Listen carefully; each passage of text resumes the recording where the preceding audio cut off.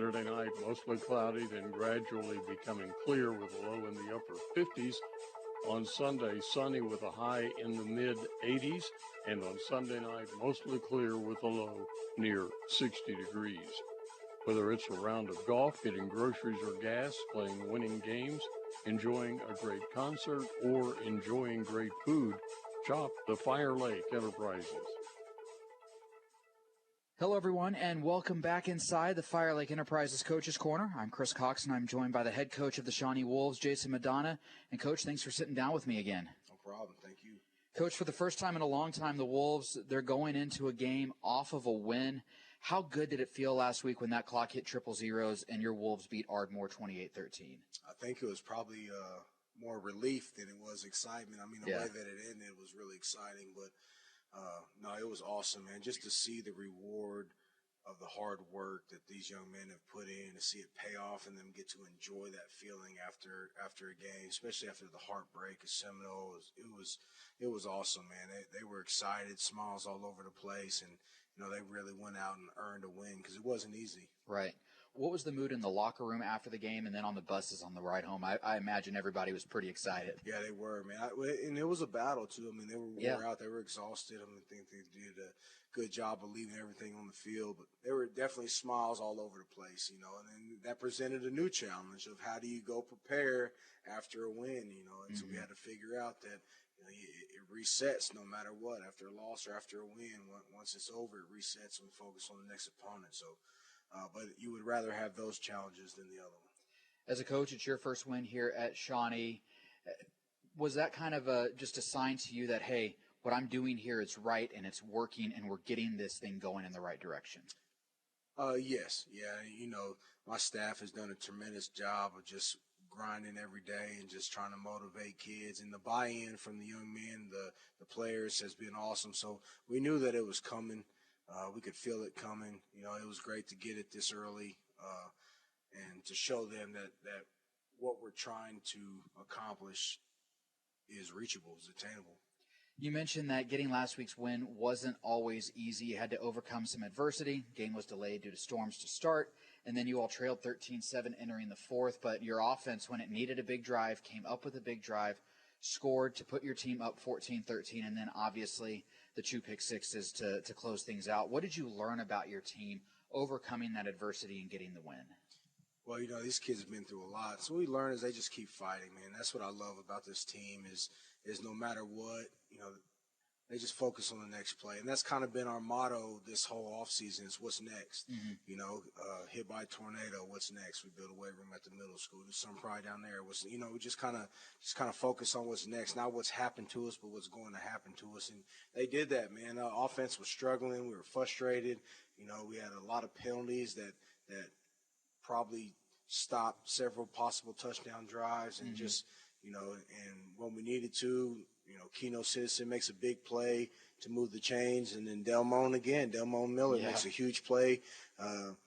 2 weeks in a row, I wish he was just a little bit taller, could stretch into the end zone instead of putting us down at the 2, but this time we were able to finish it off and score a touchdown late and got the extra point. Rhett Neese, his dependability is huge, and able to take that lead, and then they started returning the kickoff, and it's like, oh man, here we go. And then Zyron saves the day. He gets a face mask penalty, but if he doesn't get that penalty, he doesn't make that tackle, they probably take it all the way. Yeah.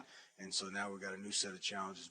And then defense just stepped up, man. Dietrich, kind of the star of the season so far, he gets the first pick six, and then they come out, and then Ryan gets one, and just after Dietrich's, you felt a little better about it, but you still knew that they were within striking range. Right. And then after Ryan's, it was kind of like, all right, we can exhale now. Yeah.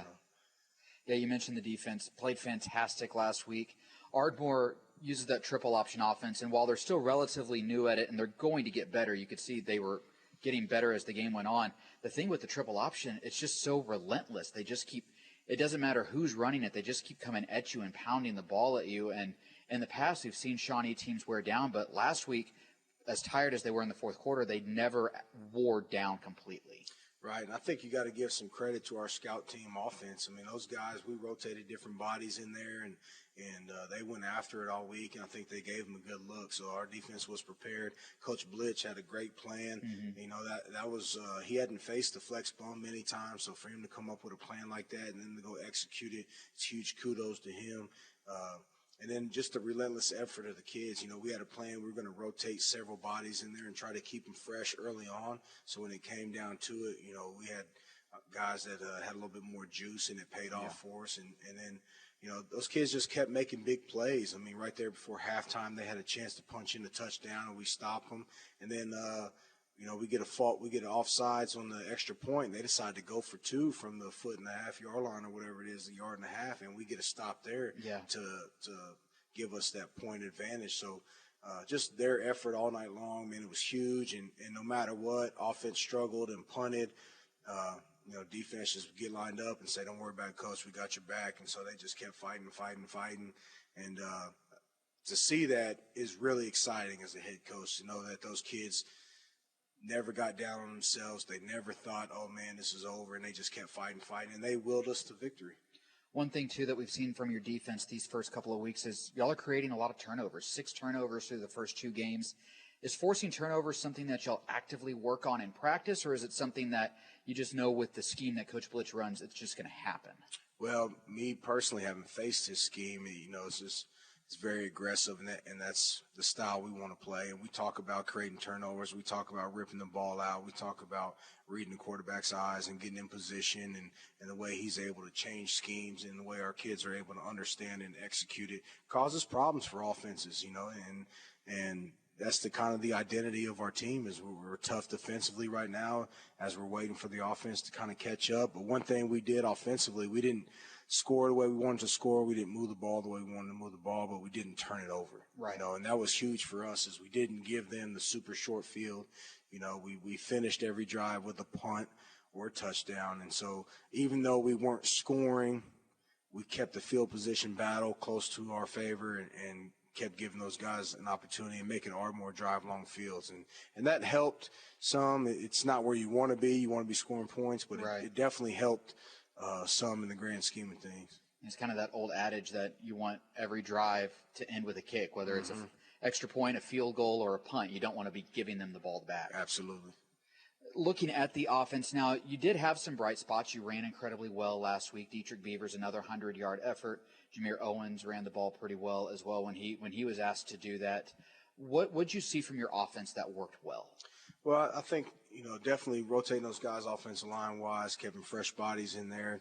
We were able to move the ball, and then we were hurt with penalties because we took a lot of big runs back that killed drives. So that was disappointing. But the bright spot is just the relentlessness. Just kept fighting. You know, and we were inconsistent with our deep ball, which we felt like had to be an advantage for us. And so in the third quarter, we decided to make a change and give Zyron a shot to kind of see what he can do and throw some balls down the field. And then we just felt like in the fourth quarter we needed to come back to Jameer, needed his leadership, and he handled it well. And then he came down and got us in position with a big play to Delmon and then punched it in the end zone for the go-ahead touchdown. So just the relentlessness of these guys, the unselfishness is really promising. The run game has been good through the first 2 games this season. What are y'all doing well that's giving your running backs, mainly Dietrich Beavers, a lot of success? Well, one, his vision, his athleticism, you know, does a good job. And our offensive line is doing a decent job of getting on people. You know, we're not to the point where we're just crushing people yet, you know, but we're getting on bodies and giving him opportunities to get to the second and third level. And then I think one thing that helps him is even though we haven't thrown and caught it the way we wanted to, just a threat. I mean, you look out there and LaRon Thomas is 6'3", and you have to think about that. You know, Ejon Thomas is a returning starter with a bunch of catches last year, so when he's in the slot, you have to pay attention to him. And then obviously what Delmon Miller's done this year, you have to look out there. So just a threat of those guys, I think, makes defenses have to kind of hesitate and play in space, and that helps our run game open it up. You mentioned the passing game, and game 1 probably a little bit better against Seminole than it was last week against Ardmore. What are you hoping to see? Where are you hoping to see your pass game grow, not only tonight against Blanchard, but then throughout the rest of the season? Right, we have to be more efficient throwing the football. You know, one thing Jameer is doing is he's making the right reads. You know, Yeah. just his balls aren't great all the time, and that's part of progression as a quarterback. You know, and one thing we work on, we have to be better completion percentage deep. You know, we have athletic ability. We have guys that can really stretch defenses vertically, and we have to start making those throws and catching them. You know, last week we had LaRon open a couple times. We had Ejon and Keno open a couple times, and Delmon a couple times deep, and we just weren't able to connect early on.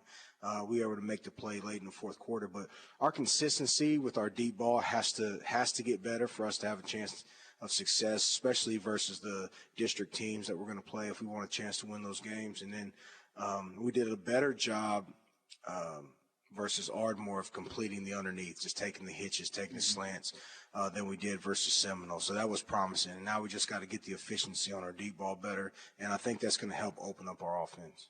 You did mention that penalties kind of peeked their head up again last week against Ardmore.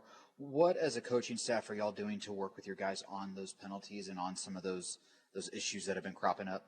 Right. So we've kind of transitioned. You know, against Seminole, disappointingly, we had a couple personal fouls in the 15-yarders, the outside of the framework of the game penalties, and we really cut those down versus Ardmore. You know, we had a lot of within the play of the game. Now we really need to clean up the pre-snap, the false starts. Receivers got to be more disciplined sitting in there. Our defensive line has to be more disciplined. We had a couple offensive line jumping early. You know, the anticipation, they really got to just be disciplined and sit in there and not give up those free 5 yards, you know, and that'll hurt you. And then the holding stuff, you know, we got to be better with our footwork and our hand placement, just understanding when to let go and when to change our position. And that's going to come with experience as we continue to grow and learn. But practice-wise, we've been trying to point out every penalty we can see, every holding we can see. We put consequences on all our penalties, so that we're just trying to ingrain in their mind of the proper way to do things and to really focus on that so we're not hurting ourselves. With the false start penalties, it looks like a lot of them are very, very close. It doesn't look like very rarely is somebody just forgetting the snap count. It's, you know, they're going a split second too early. So how do you make sure that they time it up just right without them being a split second late? Right. So our wide receivers, they are coached to watch the football, not listen to the quarterback. And so right now they're getting in the habit of sometimes they listen to the quarterback and then they hear them, and if the center is not right on time, then they leave early. And those are really easy for the side judge to see because they're right in front of them. They cross his vision. And then the offensive line-wise, and some of it is the quarterback has to pick up the pace. You know, we try to run a no-tempo offense, and then if you make those linemen sit in there for a long time, and when they're used to going fast, it can cause us problems. So we've worked with Jameer on that, on just getting us set and then getting us going and not having to sit in it for too long. And so that'll help some too. And then those guys just got to be disciplined. You know, they got to sit in their stances and they got to wait until it's time to go. And then when it's time to go, they got to go full speed. So, but playing freshmen, and then a lot of guys that didn't have a bunch of playing time last year, you know, they're still learning and growing. So, we'll continue to get better on that each week, I believe. And then finally, Coach, before we take a quick break, you've all had now a week of practice after a win. First time that's happened here at Shawnee in a long time. Did you feel like the energy at practice was different, that the guys were, I don't know if it was practicing a little hard or whatever it might be, but did you just feel a different energy this week in the locker room and on the field? Yeah, it's almost kind of like a little bit of a relief, like maybe that's all. You know, these kids, I wasn't here. You know, a lot of these coaches weren't here last year, so we didn't feel the same pressure that a lot of the kids felt as far as, you know, with the streak or whatever the case may be. But and I think they felt it, and then seeing it so close versus Seminole and then not achieving it, and then this week being able to see, I think they really understand what it has to take. And so it's easy to redirect them now saying, hey, you know, we need to get back focused or we need to really pay attention here.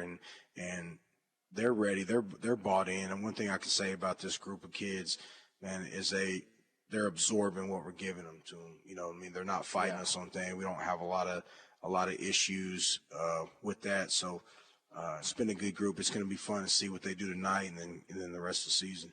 All right, well, let's take a quick break. When we come back, Coach Madonna and I will talk about Shawnee's opponent for tonight, the Blanchard Lions. This is the Fire Lake Enterprises Coaches Corner here on Classic Hits, KGFF. The Fire Lake Enterprises are a proud supporter of Shawnee Wolves football. If you're hungry, we have what you're craving. Fire Lake Pizza, Fire Lake Fry Bread Taco, the Bistro inside Fire Lake Casino, the grill at Fire Lake Golf Course, and for something special, try Flame Brazilian Steakhouse inside the Grand Casino. Fire Lake Enterprises, backing the pack. The Fire Lake Enterprises are a proud supporter of Shawnee Wolves football. Shopping for groceries? Fire Lake Discount Foods in Shawnee, Tecumseh, or McLeod has everything you need. Fill up the car or truck at the corner store or the Grand Travel Plaza. And when the weather is great, there is no better place to be than Fire Lake Golf Course. Your Fire Lake Enterprises, backing the pack. Welcome back to the Fire Lake Enterprises Coaches Corner here on KGFF. I'm Chris Cox, and I'm joined by Shawnee head coach Jason Madonna. Coach, tonight you take on the Blanchard Lions. They come in at 1-1 on the year, and they're one of the many teams that I think people are expecting to at least compete for that gold ball in 4A. What have you seen from Blanchard this year? Man, they're good. Yeah, they're good. They're big and physical. They've got a quarterback that's prototypical, that slings it and puts the ball on time and on target, and they've got some really athletic receivers to go get it. And then you look at their offense and defensive lines, and they look massive. You know, we were able to see them during our scrimmage at Noble, and their size, I mean, it's the real deal, you know. So it's going to present a unique challenge for us tonight. We're going to have to be disciplined in our schemes, and we're going to have to execute and go make plays. But I think our guys are ready to step up to the challenge, but it's definitely going to be one. Man, they're a really good football team. Yeah, you mentioned Blanchard's offense can be very explosive. They had 61 on Noble in their season opener. They scored 40 on the Wolves last year. What does Blanchard do offensively that allows them to be able to score so often? Well, what they do, so you hear this term a lot when you're watching football on the weekends, but they RPO, you know, they do a really good job. Their receivers are big and physical, and they do a great job of blocking the screen. So if you overload the box, they'll flip it out to a little fast guy and go eat up yards, and they kind of want to stretch the defense horizontally to create lanes, you know, and they got a big offensive line that does a good job of getting on people and creating lanes. So when they do hand the ball off, they got space to run. And then their quarterback's extremely accurate. He's a really good football player, man. He puts the ball on time, on target, and their receivers do a good job finding space in zones and catching the football and then making something happen with it when they catch it. So it's going to be a really difficult task for us. I think we're ready for it. I think we have a good plan in place, and now we just got to go do it. Yeah, you mentioned their quarterback, Carson Cooksey. Connor, I think, is his brother, who's a lineman. But Carson has a few Division II offers, and like you said, he's a very talented quarterback. Who are some of the other playmakers that we should be looking out for tonight? Right, well, they got a slot receiver, number 1, is really fast and shifty, and then they got a big guy, number 9, on the edge. I mean, he's similar to our LaRon Thomas. I mean, he's a big frame kid, fast, good hands, good ball skills. So they got him inside and out. So our defensive secondary is going to be tested tonight. And so they step up to that challenge, they'll give us a chance to win. Last week, Piedmont, they were able to shut down Blanchard. They held Blanchard to just 7 points. What did Piedmont do defensively last week? And is their game plan something y'all are trying to emulate this week? Oh, one thing they did is I think they forced that quarterback to make tight throws. They got up in them. They played some man coverage, which is something that we do anyway. I mean, that's part of our just regular defensive plan. And then the thing about playing Piedmont is, they were really efficient offensively. Yeah. And so they really limit possessions for Blanchard. So Blanchard wasn't able to just have a bunch of possessions and then they weren't able to execute at the level they were accustomed to. So hopefully tonight, defensively, we can slow them down and create some turnovers. And then offensively, we're going to have to generate big plays. If we do that and then we can go toe-to-toe with them and we can kind of elongate drives and limit their possessions, and then we'll give ourselves a chance. Defensively, Blanchard does run out of that 3-4 base. You said you want to create big plays. What are the ways to do that against that 3-4 defense? Right, so they play 3-4. They play a lot of cover 4, so they try to keep everything in front, and they rally to the tackle. So we're going to have to run the ball efficiently, and we're going to have to tighten up those outside linebackers to make them have to help in the box. And then when they do that, we're going to have to throw and catch on the edge and then make explosive plays after the catch. And then we're going to have to take advantage of the deep ball with some of the routes we run and some of the singled-up matchups. And if we can throw and catch and complete those with some sort of consistency and then really make them choose as what they want to do, what they want to stop, I think we can cause them some problems. But we're going to have to go out. We're going to have to execute at a high level, and we're going to have to block their front. You know, not only is their D-line really big and physical, their linebackers are physical. I mean, they break up screens well, they take on blocks well, and they make plays. And so we're going to have to be creative in what we do, and we're going to have to force them to cover 53 and a third and then down the field. And so you'll see us tonight have a little bit wide spacing with our receivers, and then you'll see us try to spread them out to create lanes and then take several shots. And so if we're completing them, then I'll be down there tonight excited, and if we're not, then we're in for a long battle. So. You mentioned one thing, though, that Piedmont was able to do is kind of limit the possessions that Blanchard has. While the big plays are a part of your offense that you want to run and the explosive plays are part of that too, how much of your offense, though, tonight might be predicated around, hey, it's okay if we only gain 4 or 5 yards as long as we keep moving forward? Right, absolutely. And that comes with long drives. 3 and outs will be a killer for us tonight. Turnovers will be a killer for us tonight because with the way that they are explosive on offense, we do not want to give them a short field. So if we can limit the turnovers like we did last week, and then we can elongate drives better than we did, limit the penalties, then we'll give ourselves a chance, but that's what it's going to take. I mean, it's going to take a total team effort. We're going to have to be sharp on special teams. We're going to have to be sharp up front, throwing and catching the ball. And then defensively, we're going to have to go make plays and create pressure on the quarterback and not let him sit back there, be comfortable, and give those receivers time to go in. All right, Coach. Well, thank you very much, and good luck tonight. Thank you. This has been the Fire Lake Enterprises Coach's Corner. Don't go anywhere. When I come back, I'll have your countdown to kickoff as the Shawnee Wolves get set to take on the Blanchard Lions. This is Shawnee Wolves football here on 100.9 FM and 1450 AM. Classic Hits, KGFF.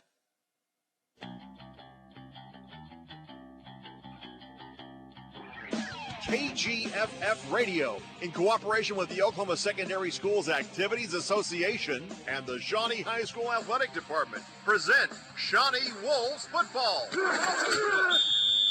Shawnee touchdown! Shawnee touchdown! Touchdown! Shawnee!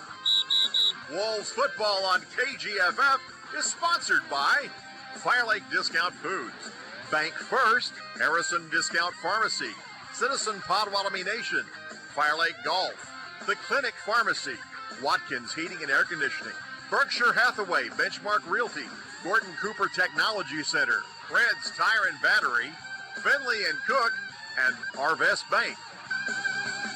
And now Shawnee Wolves football is on the air. A week after snapping their 15-game losing skid, the Shawnee Wolves look to start a win streak and beat the Blanchard Lions. Hello, everyone, and welcome inside the Sovereign Bank broadcast booth here at Blanchard Lions Field. We are at the Oscar Brooks Sports Complex in Blanchard. I'm Chris Cox, and I'm joined by my broadcast partner, former Shawnee Wolf Landon Green. And Landon, for the first time since Week 7 of 2021, the Wolves practiced coming off a win, and that just had to feel great for these players. Yeah, it feels real good. Feels good to get that first one of the season real early, but also, like you said, getting that monkey off your back and ending that 15-game skid. Yeah, and for a lot of these kids, it was their first ever win in high school football. So, Coach Madonna talked a lot in the past couple of weeks and leading up to last week's game about how the Wolves have to learn how to win. We saw them go through some growing pains against Seminole in Week 1.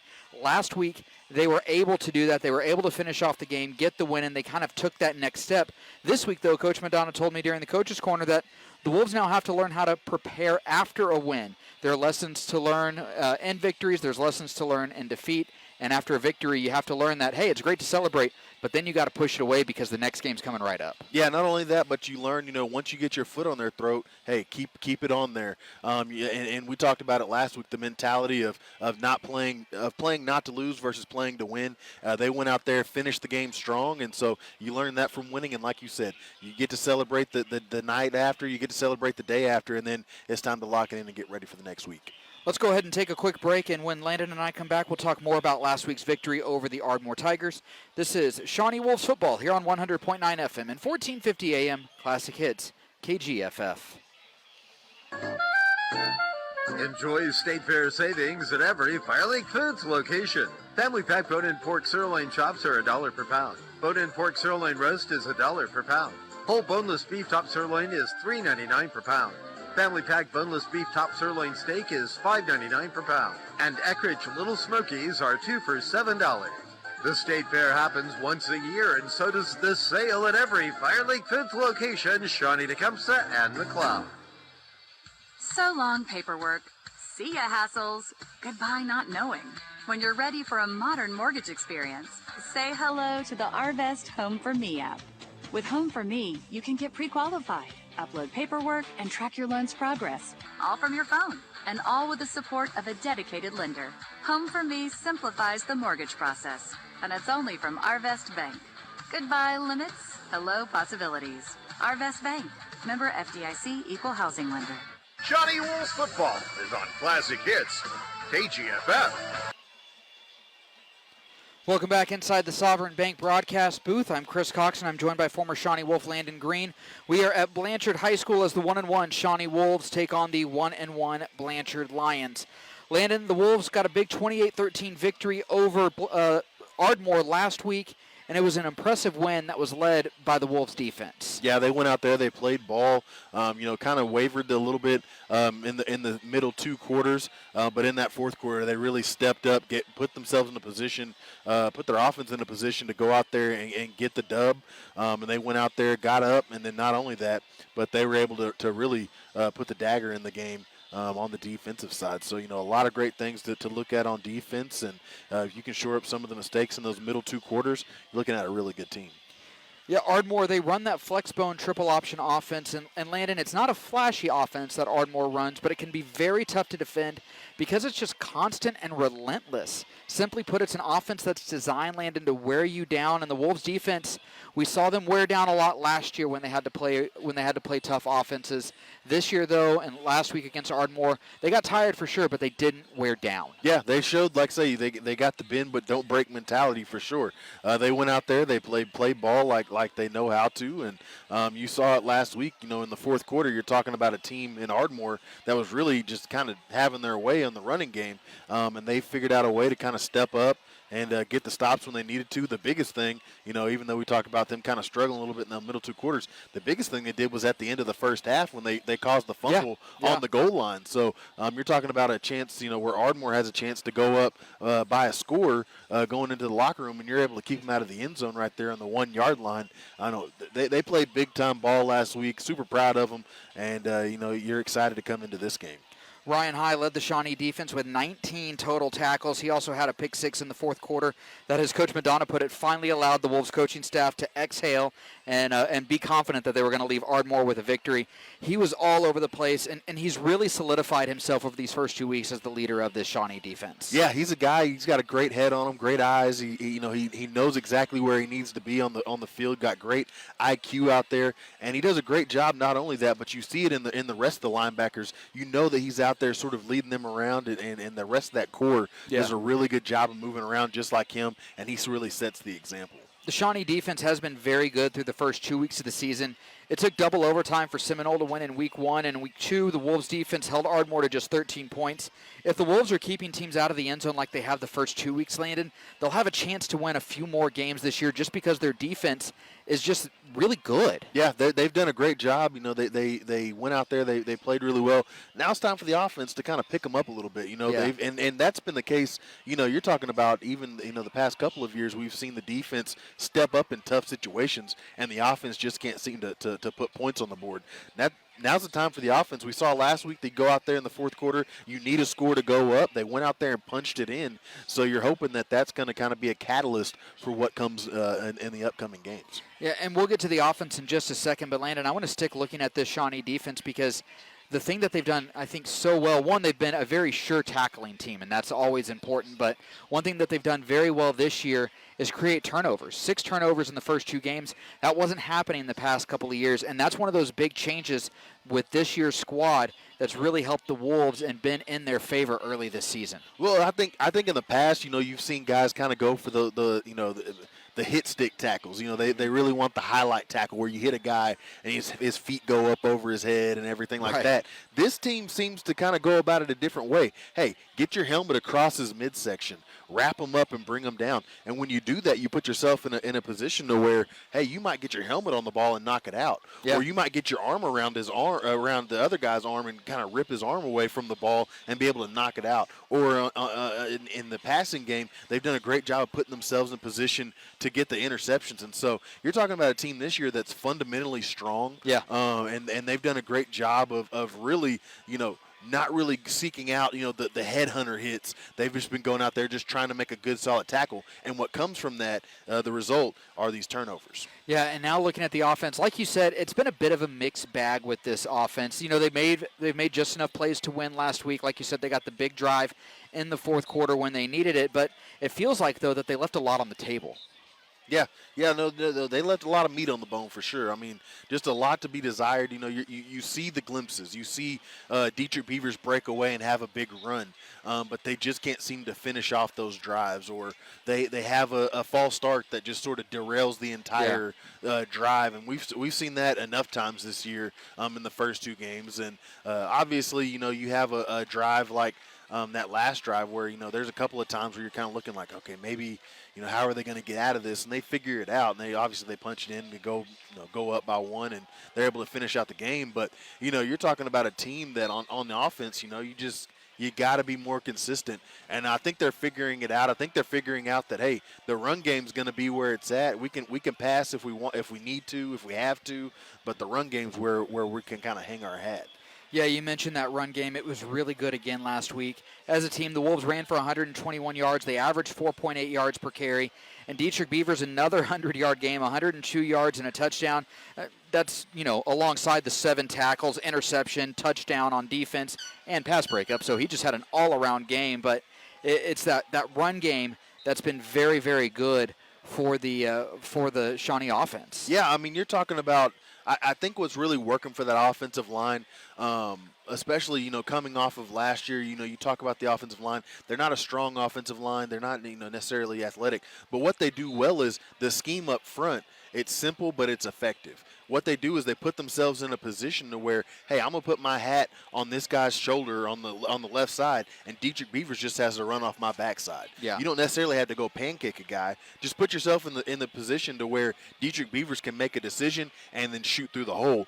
And they've done that, pretty well these first two games. I think the coaching staff starting to notice it a little bit more. They did it really well in that last scoring drive that they had. They just ran the ball extremely well. And Dietrich Beavers, again, a guy that we talk about being a small guy, but that kind of works in his favor where he's able to kind of get behind the line, see where he's at, shoot through, and then out in the open field, I mean, he's a fast guy. He's tough to catch up with, but if you do catch up with him, good luck bringing him down because he's strong as an ox. Yeah, and going back to the defense a little bit, the defense has played well enough that even when Shawnee's been down, they haven't had to abandon the run. They haven't had to go to just we have to throw the ball all around the field to try to score some points. The defense has kept the game close enough when they have been behind to where the running game can still be effective and can still be used. And I think we've seen that, like you were saying, the running game has been the strength of this offense so far. It's the passing game that's been a little bit inconsistent. And I think that's one thing, we talk about the running scheme of the offensive line being really effective, being able to put guys in position. Passing-wise, you can't really scheme that. You can't scheme it to where you can just be in position. You really got to hold your own in the passing blocking game. And Jameer Owens, occasionally he'll drop back and there's a guy in his face. I mean, right as soon as he drops back. So, if he can get his feet underneath him, the offensive line's going to have to talk a little bit more. I know, Tristan's down there really working with them in practice and before games. And so if they can get to a point where they're communicating on the line, they're all on the same page, and then just get a little bit stronger in that sense, Jameer Owens is going to be able to be confident in his throws, be confident in getting his feet underneath him, and then make that throw. Yeah, looking at the passing game, drops hurt him as well. LaRon Thomas dropped a couple of passes last week in week one. Keno Citizen dropped a couple of passes. And last week, you heard Coach Madonna during the coach's corner say, we had a couple big plays that were there. We just missed him. And I went back and looked, and I believe it was Jameer Owens. He missed Delmone Miller coming across the middle on a post route just overthrew him. There was one on a deep pass to Keno Citizen from Zyron Campbell when he was in the game in the third quarter that, again, he just overthrew him, but Keno was open, and then LaRon Thomas with a couple of drops as well. If they can get those things in the passing game ironed out, that's going to make the run game even more effective because then you already have a fairly balanced attack in terms of the numbers of pass attempts and runs that you have, but now if you can get that yardage a little bit more balanced, that'll really keep defenses kind of on their heels. Yeah, I mean, you're going into this week, and I mean, that's really what you're working on. They did a pretty good job. They did a pretty good job last week of, shoring up the silly penalties, answering back after the silly penalties. But that was one thing that hurt them last week. You're talking about the difference between, you're in a dogfight in the fourth quarter versus you're up, 2 or 3 scores going into the fourth quarter. A couple of those passes could have gone for 6. Yeah. But, you're looking at it from rose-colored glasses, hindsight's 20/20, whatever you want to call it. These guys, they answered the call. If they can, like I say, they shore up those mistakes, catch those balls that are thrown to you. Make the pass. It's pitch and catch at that point. Just throw it to your guy. You've been doing this since you were 3. Go out there and make those plays. You're talking about a team that can really make some things happen and shake some things up in this district. You mentioned the penalties, and they did clean up some of the silly penalties, those personal foul penalties. They cleaned up the ones that are after the play, but they're still committing, Landon, too many penalties pre-snap with the false starts. And again, you're going to have holds. You're going to have face masks throughout the course of the game. Those are things that you want to clean up and that I think eventually will get cleaned up. But you got to clean up those pre-snap penalties first because those are just timing things and paying attention and just things that are more of a focus kind of penalty instead of a technique or I'm going to try to make a play penalty. Yeah, and it's not only that, but hey, it's when it happens. You can't do it. You can't do it inside your own 10. Yeah. You can't have those, you got a drive going, it's 3rd and 3, you got a chance to get another first down and you get the false start, it's obviously, yeah, you definitely want to keep from doing it, but it also is just a backbreaker from when they seem to do it. And so that comes from focusing in, that comes from really knowing your game. Sometimes you put a lot of pressure on yourself in those third down situations, those goal line situations to make something happen. And sometimes you kind of psych yourself out. So stay in the game, stay focused. Don't be too high, don't be too low. Go out there and play your game. But again, Landon, the most important thing, the Wolves got the win last week. They got that monkey off their back. And Coach Madonna said he just felt a sense of relief come over his players. And hopefully now they can play maybe a little more relaxed. Oh, yeah. No, you saw it in the game against Seminole. You have a chance to win the game. You have a chance to break the losing streak, some of them to win their first game in their high school career. And they kind of just cracked under the pressure. Last week they go out there and there's a lot of pressure on them, but they go out there and they answer the call. Like you said, they got relaxed. They're feeling pretty good. I think you're coming into this game thinking, okay, hey, we know what we got to do to win. We know what we got to do out there. We know how to execute. Just go out there and play ball. Let's go ahead and take another break. When we come back, we'll talk about Shawnee's opponent tonight, the Blanchard Lions. This is Shawnee Wolves football here on 100.9 FM and 1450 AM. Classic Hits, KGFF. Harrison Discount Pharmacy opened its doors in 1986. David Nicholas and his friendly staff have been serving Shawnee residents with quick refills plus handling transfer prescriptions with ease. Medicare billing can be complicated. Don't stress. The Harrison Discount Pharmacy staff are experienced in all aspects of billing. Enjoy competitive pricing, flu shots, and local delivery. Call on your prescription 24/7 to 405-273-9906. Score a great deal from Domino's Pizza in Shawnee with their mix and match deals for $6.99 each. Pizza, hot wings, sandwiches, pasta, specialty breads, desserts, and so much more. Kick off the season right and have it delivered right to your home. Don't punt on the coupon finder, drinks, or sauces. Domino's Pizza in Shawnee. Log on to dominospizza.com. Shawnee Wolves football is on Classic Hits, KGFF. Welcome back inside the Sovereign Bank broadcast booth here at Blanchard Lions Field at the Oscar Brooks Sports Complex. I'm Chris Cox. I'm joined by former Shawnee Wolf Landon Green. And Landon, I guess it's not so much a broadcast booth tonight. It's a broadcast deck. We're on top of the press box here inside Blanchard. But you know what? I'm okay with it because it's a beautiful night. We got a few clouds in the sky, but I don't think we're going to have any rain. A light breeze, and it's just a beautiful night for football. Oh, yeah. No, this is perfect. This is a fall night if there ever was one. This is the night you ask for whenever you're thinking about the great football games of your memories of your past. This is one of those games. Looking at Shawnee's opponent tonight, they come in the middle of a 3-game road swing. They were at Ardmore last week.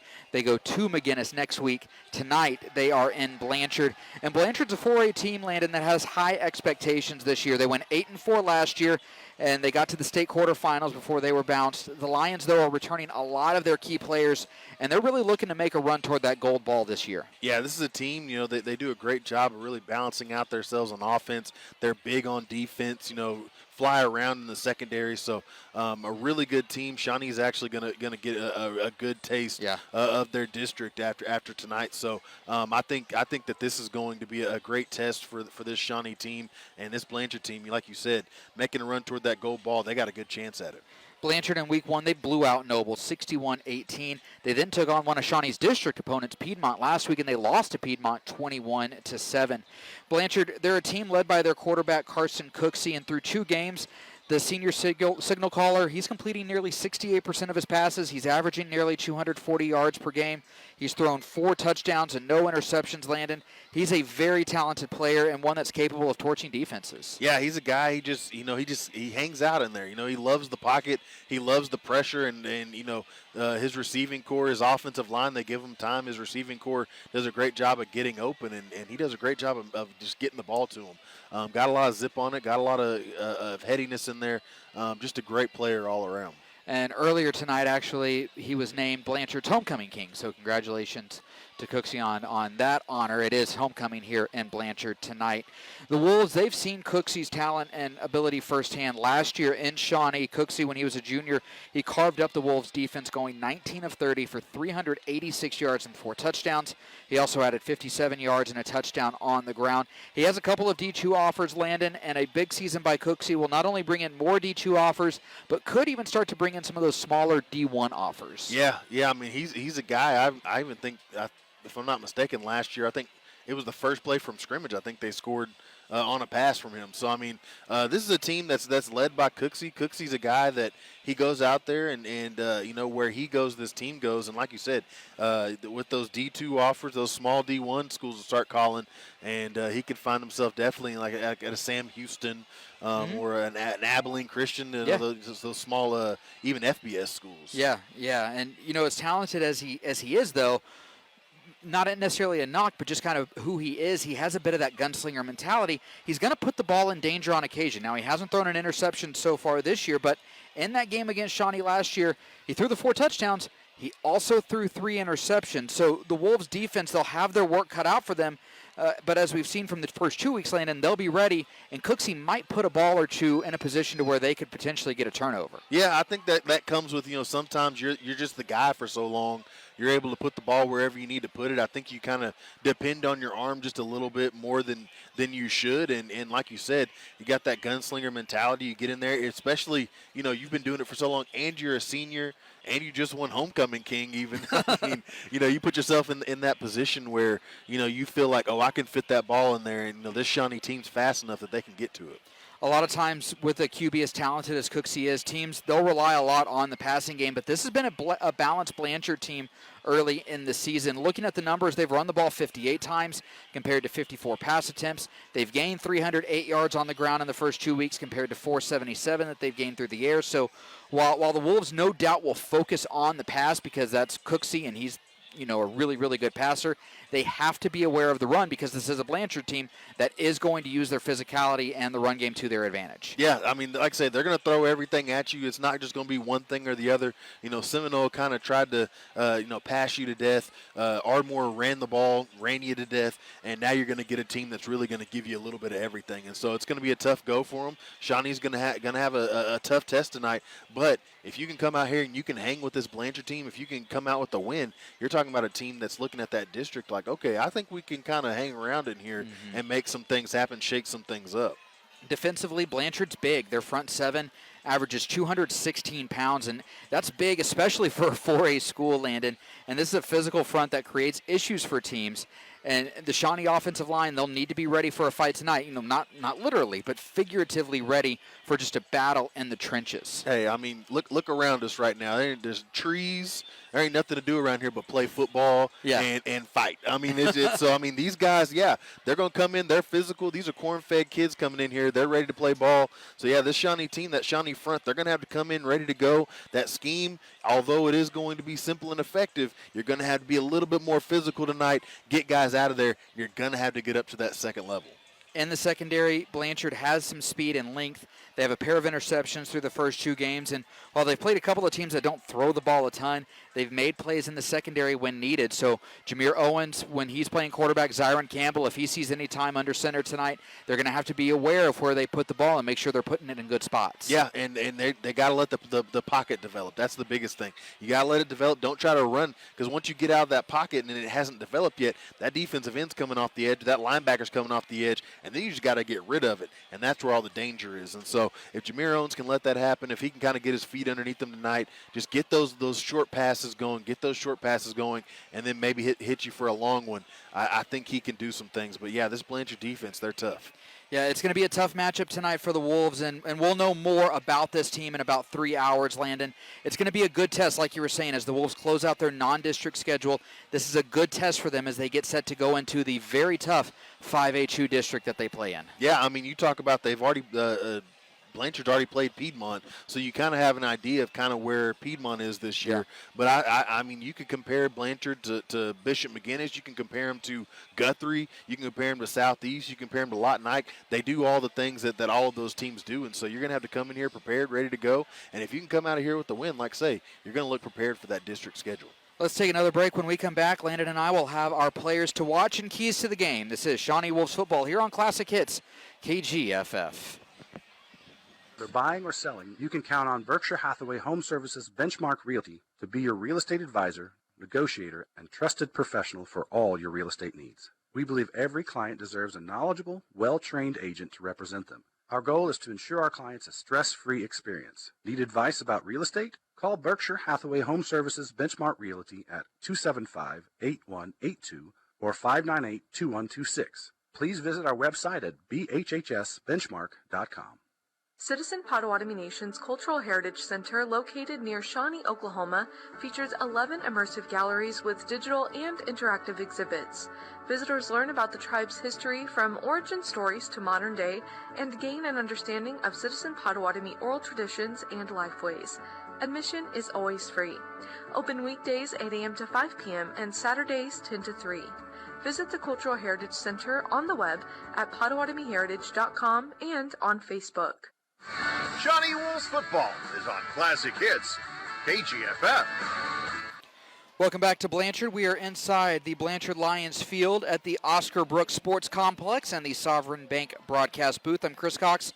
I'm joined by Landon Green as we get you set for the 1-1 Wolves and the 1-1 Lions. Landon, who are you wanting to see step up tonight for the Shawnee offense? I mean, I want to see that offensive line really come out here, but really what it boils down to, I want to see the Wolves mix it up a little bit more tonight. I want to see Jameer Owens go out there and have a solid game. It starts with that offensive line, giving them time in the backfield to make the throws. Obviously, the run game's going to be running, but if you can go out there with that pass game and mix it up a little bit, keep Blanchard guessing, you're going to have a good time out there. So I want to see Jameer Owens come out and have a good game tonight. Yeah, I think the passing game is going to be big tonight, but Landon, I really want to watch watch Dietrich Beavers again, see what he can do with this offensive line.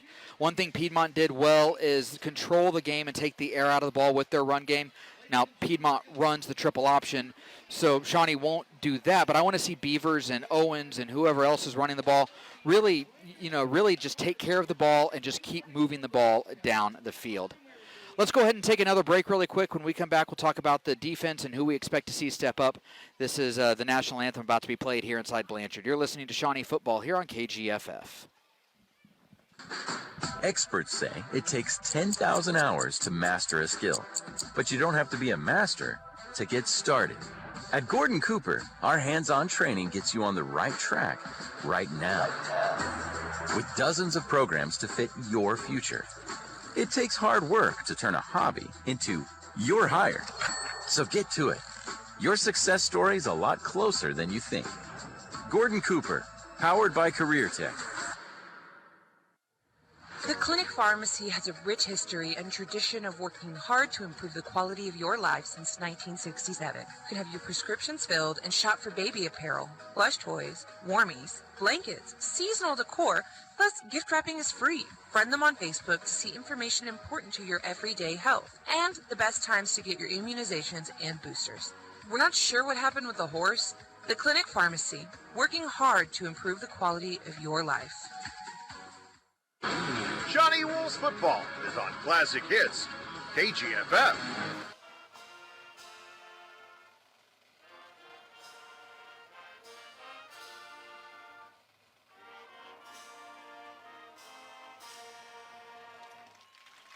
That was the end of the national anthem right there, performed by the Blanchard Band as we get set for this game between the Shawnee Wolves and the Blanchard Lions. We're talking about our players to watch and keys to the game. Landon, who are you looking for on the defensive side of the ball? I want to see that defensive line step up tonight. It's going to be tough. It's going to be an absolute fight in the trenches tonight. That defensive line is going to really have to do a great job. Let your linebackers flow through. Get some push in the backfield. You're going to have to get some pressure on Cooksey if you want to see him make mistakes tonight. I want to see that defensive line step up. For me, it's the secondary. This is an explosive passing attack. I think the DBs are going to be tested tonight. They really haven't been tested too much the first two games. I want to see them step up and answer the call tonight against this really good passing attack. Let's go ahead and take one final break. When we come back, Landon and I will have your injury report and your starting lineup. This is Shawnee Wolves football on 100.9 FM and 1450 AM. Classic Hits, KGFF. Tip number 1 is to relax and have fun. Fire Lake Golf Course is the perfect place to soak up the outdoors with friends and family. Golf is a great way to challenge yourself, no matter your age. There's no better feeling than when you hit a great shot or sink a long putt. Relax, have fun, and keep your eye on the ball at Fire Lake Golf Course. Book a tee time. Call 405-275-4471. For many years, most people in the midst of arranging a funeral have had only two choices, cremation or burial. But there is a third option available, aquamation or flameless cremation. McEllier and Owens Funeral Group offers this environmentally friendly, less costly alternative to traditional cremation or burial. Mike McEllier or Robert Owens would be glad to discuss this water-based, sustainable method of final disposition with you. Call McEllier and Owens today at 405-695-5006 or stop by 5106 North Harrison in Shawnee. Shawnee Wolves football is on Classic Hits, KGFF. Welcome back inside the Sovereign Bank broadcast booth here at Blanchard Lions Field at the Oscar Brooks Sports Complex. I'm Chris Coxon tonight. The Shawnee Wolves look to string together a pair of wins for the first time since they won 4 straight back in 2021. With that said, let's go ahead and take a look at the injury report for tonight. The Wolves still fairly healthy, although Day Shaw, who is an expected starter, he's not going to play tonight. He's been dealing with an ankle injury. He came to the game. The coaches brought his pads and everything. They were going to let him see how everything worked out, but at the end, he can't go right now. They think it's going to be best to hold him out and wait for district play, wait for that game against McGinnis next week. And Landon, every game that you play counts. You want to win every game, but at the end of the day, this game does not count toward playoffs, and so you want to make sure that your best players are ready for the games that matter most, and that starts next week at McGinnis. Yeah, I mean, these are just basically preseason games. So if you got a guy that's down, no need to go out there and put him in harm's way just to try to win a game for brownie points at that point. Yeah. So if you can go out there, like I say, and protect your guys, get ready for that the reason you play is to play the playoffs. The reason you get to the playoffs is to win the championship. You want to put yourself in a good position down the stretch. So, yeah, you're going to go ahead and rest them. Let's go ahead and take a look now as we get closer to the opening kickoff at your expected starters for tonight. First off, for the Shawnee offense, at left tackle, a 6'3", 210-pound junior, number 75, Warrior Squire. At left guard, a 6'3", 285-pound freshman, Chufi Walden. At center, a 5'10", 235-pound senior, number 62, Harvey Villa. At right guard, a 6'1", 265-pound freshman, number 63, Brody Oliver. And at right tackle, a 6'6", 290-pound sophomore, number 78, Jaquan Evans. At receiver for the Wolves, a 5'10", 160-pound junior, number 1, Ejon Thomas. At receiver, a 6'3", 190-pound senior, number 8, LaRon Thomas. And at receiver, a 5'11", 170-pound sophomore, number 9, Delmone Miller. At running back for the Wolves, 5'6", 135-pound junior, number 20, Dietrich Beavers. And at fullback, a 5'10", 160-pound senior, number 25, Quentin Trapp.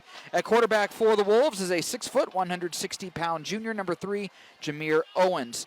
And now here's Landon with the projected starters for this Shawnee 3-4 defense. At defensive end, a 6'2", 275-pound freshman, number 75, Logan Skelton.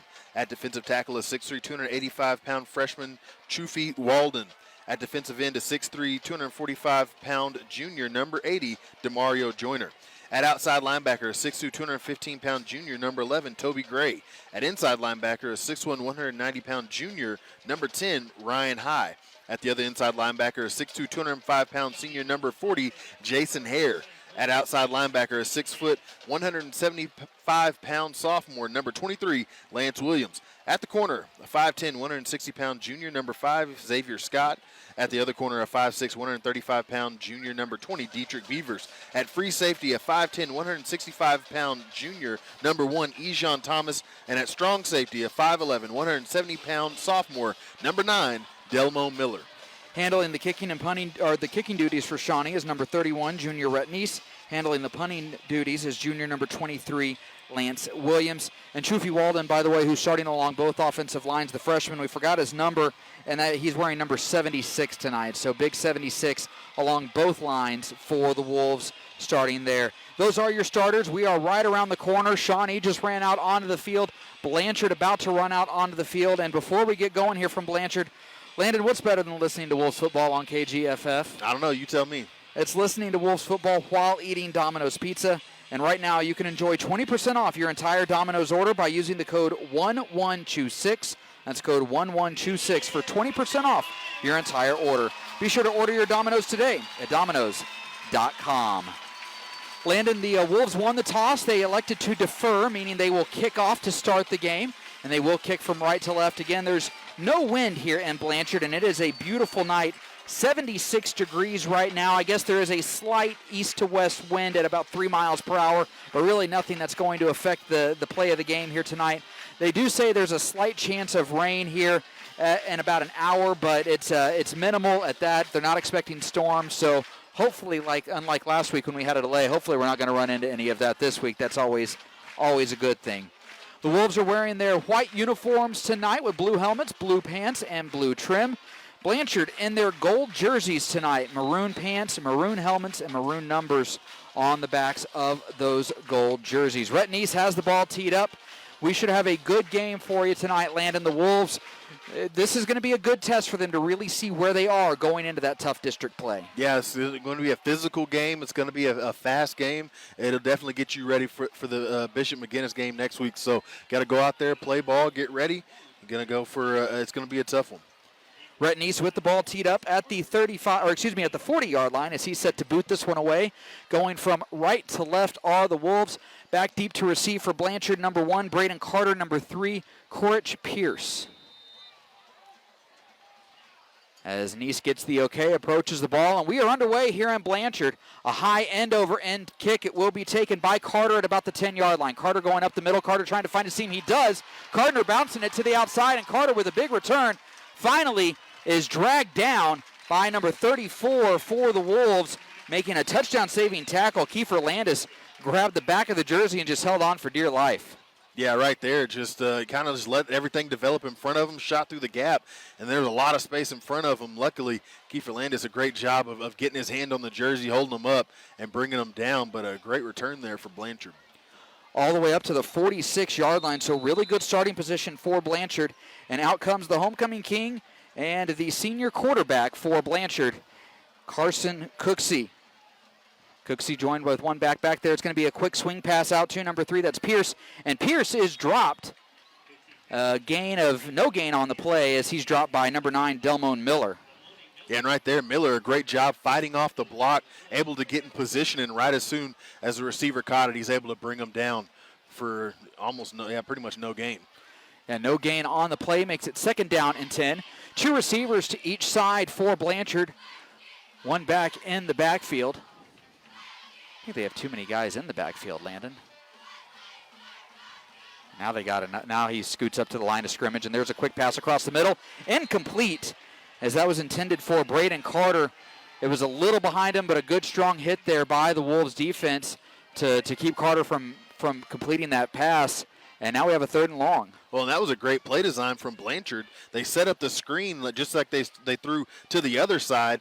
Shawnee didn't bite on it, though. They run the slant route underneath. They're able to get there and break it up. A great job on defense there. Empty backfield, 3 receivers to the left, 2 to the right for Cooksey. Cooksey gets the snap. Shawnee coming with a blitz.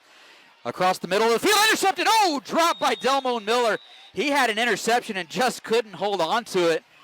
And Landon, that's one of those balls where we were talking about. Cooksey will give you an opportunity, and Miller couldn't make the interception, but it does bring up 4th down and long, so the Wolves will get the ball back. Well, and a great blitz there. They get into the backfield pretty quickly. Unfortunately, Ryan High goes down, but it makes Cooksey get rid of the ball quickly. Delmone Miller, great job getting in position, just unfortunately drops the ball. Well, Cooksey, he is the punter, and he's not taking any sort of deep drop back, so you got to be aware. As Cooksey will now take a couple more steps back. We'll see if he punts it away. He does a little quick pop punt, but it was a good one as it's going to roll, and it will roll all the way toward the end zone, and it goes into the end zone for a touchback. Whew. Ejon Thomas had to be watching that. He made the right play letting it go, but he had to be watching that thinking, oh, no, we're going to be pinned at the 1. Luckily for Shawnee, it's going to go out to the 20. That's the one thing I always feel bad about for punt returners, when you let the ball go and it just keeps rolling. And rolling, and you just know that the coach is just going to get in your face when you get to the sideline. But luckily it rolls in the end zone. We'll see what this offense can do. A great job by the defense on that first drive. We'll see if the offense can go out there and put something together here. So 1st and 10 for the Wolves with the ball at the 20-yard line. And it is Ejon Thomas at quarterback. 2 receivers to the left, 1 receiver to the right. Beavers to the right of Owens. Owens gets the snap. He'll hand off to Beavers. And it is Beavers dancing around, trying to find somewhere to go. And Dietrich right back to the line of scrimmage, swallowed up there by the big defensive line of Blanchard. It looks like that was number 62, Blake Woods, who was in there first. Yeah, and right now you look at that offensive line, 2 or 3 guys just kind of standing up around the pile. You got to start you got to get your shoulders square. You got to get in there, get your nose in there, start pushing guys back and get up to that 2nd level. Right there, just not enough room for Dietrich Beavers to move around back there. No gain on the play, brings up 2nd down and 10. 2 receivers to the left, 1 receiver to the right. Beavers to the left of Owens. Jameer gets the snap. He's going to look to throw. Owens with some time. He'll dump it out to Beavers. Beavers makes the grab. Beavers makes a guy miss. Dietrich with the 1st down the sideline, and Beavers spins and is finally brought down at the 36-yard line. He kind of got pushed there by his teammate at the end. Ejon Thomas making a smart play, pushing Beavers forward for an extra yard or 2. Yeah, and right there, just the safety valve. You just get there. Great job there. Owens making his read, gets it out to Dietrich Beavers in space, and right there you get to see the athleticism of Dietrich Beavers out in the open. And a good job by the Wolves' offensive line, Landon, to block and give Owens time to complete that pass. There's a handoff to Beavers. Beavers going to the right side, trying to find somewhere to go. He slips, dropped the ball, but he got it back. We have a flag on the play.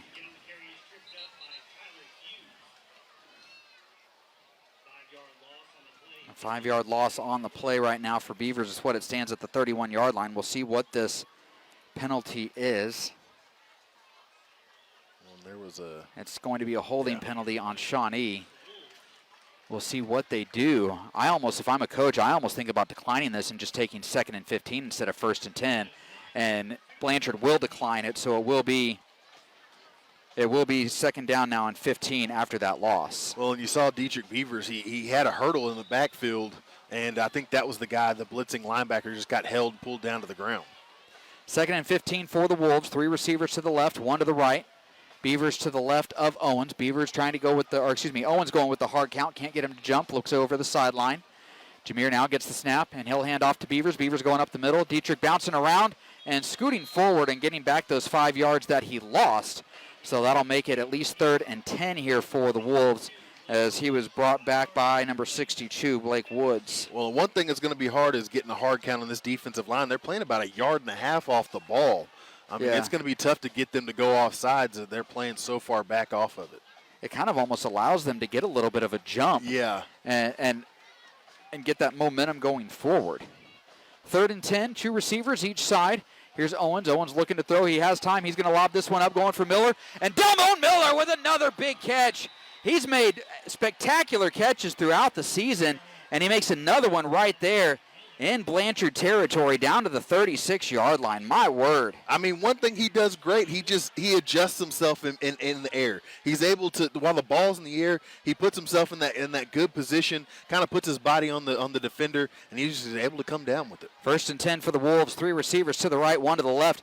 Owens going to roll out to the right side. It's a run play all the way. Owens looking for a block, cuts it up the middle, and Jameer, not much, but able to get a few yards out of it before he's brought down by number 42 for Blanchard, Ben Hefner. And that's one right there. If you got a great guy on the edge that's able to get out there in front and lead block, you can actually make some things happen. Dietrich Beavers did a great job of blocking out there. Gets a gain of a couple down to the 34-yard line. Owens with 2 receivers each side. He'll hand off to Beavers. Beavers trying to go up the middle. Beavers wrapped up immediately. And, man, the Shawnee run game, which has been so good the first 2 weeks, Landon, it's having a hard time here as Beavers was dropped by number 70, that time Jake Carter. Well, and again, that offensive line just having a tough time really getting under that Blanchard defensive front.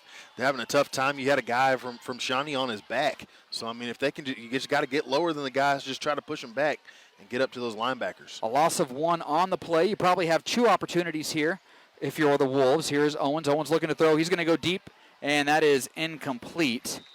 I think that was a smart throw by Owens right there. He knew that everybody was covered up. He just kind of had to get rid of it, so just threw it out of the way, and that'll bring up 4th down now. And the Wolves, they're in kind of no man's land, so they're going to go for it here from the 35. Yeah, absolutely. I mean, you're in this spot right here. You know, no reason not to. You're in good field position. If you don't get it, you're in good field position. If you get it, you know, kind of a win-win. 2 receivers each side, 1 back in the backfield. Owens gets the snap. He's going to look to throw. Owens, he's going up top to Delmon Miller again, and Miller makes the grab. Miller into the end zone for a Shawnee touchdown. A great start to the game for the Wolves. They get the 3 and out on defense, Landon, and then they march right down the field, 80 yards. Jameer Owens with a strike right there to Delmon Miller for the touchdown. Well, and right there we talked about last week, that same exact play wasn't a connection. They missed it last week a couple of times, and right there he's able to get it out, not only lead them, but get it away from the other defenders. Delmon Miller, a great job of just keeping to the route and just catching the ball and running it into the end zone. Here's Rhett Neese on to attempt the extra point. It's up, and the extra point is good. So the extra point is good. Neese stays perfect on his extra points this season, and the Wolves lead 7-0, Landon. 7:37 remaining here in this first quarter. Well, now one thing that this team has done, we've seen this season, they've done a great job in the first couple of drives, stopping the other team, getting in the end zone. Now you got to be consistent. Now this is where everything, all the preparation that you did in practice this week, comes into play. Yeah. You got to go out there, got to get another stop, got to get another score. You got to get another stop, got to get another score. You can't go out there and do the same thing that you've done the past 2 weeks. So this Blanchard team will make you pay.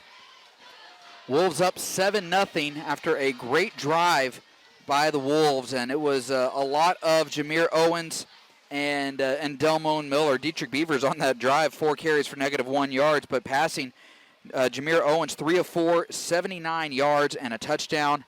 And of those passes, let's see, Delmon Miller caught 2 for 63. Yeah, I mean, he's a great player, a young guy, but he's got a great IQ. When that ball's in the air, that's when he really shows out. He's just a great addition to this team. Yeah, he really is. Rhett Neese with the ball teed up for the Wolves. As Neese approaches, boots it away. It's a line drive kick.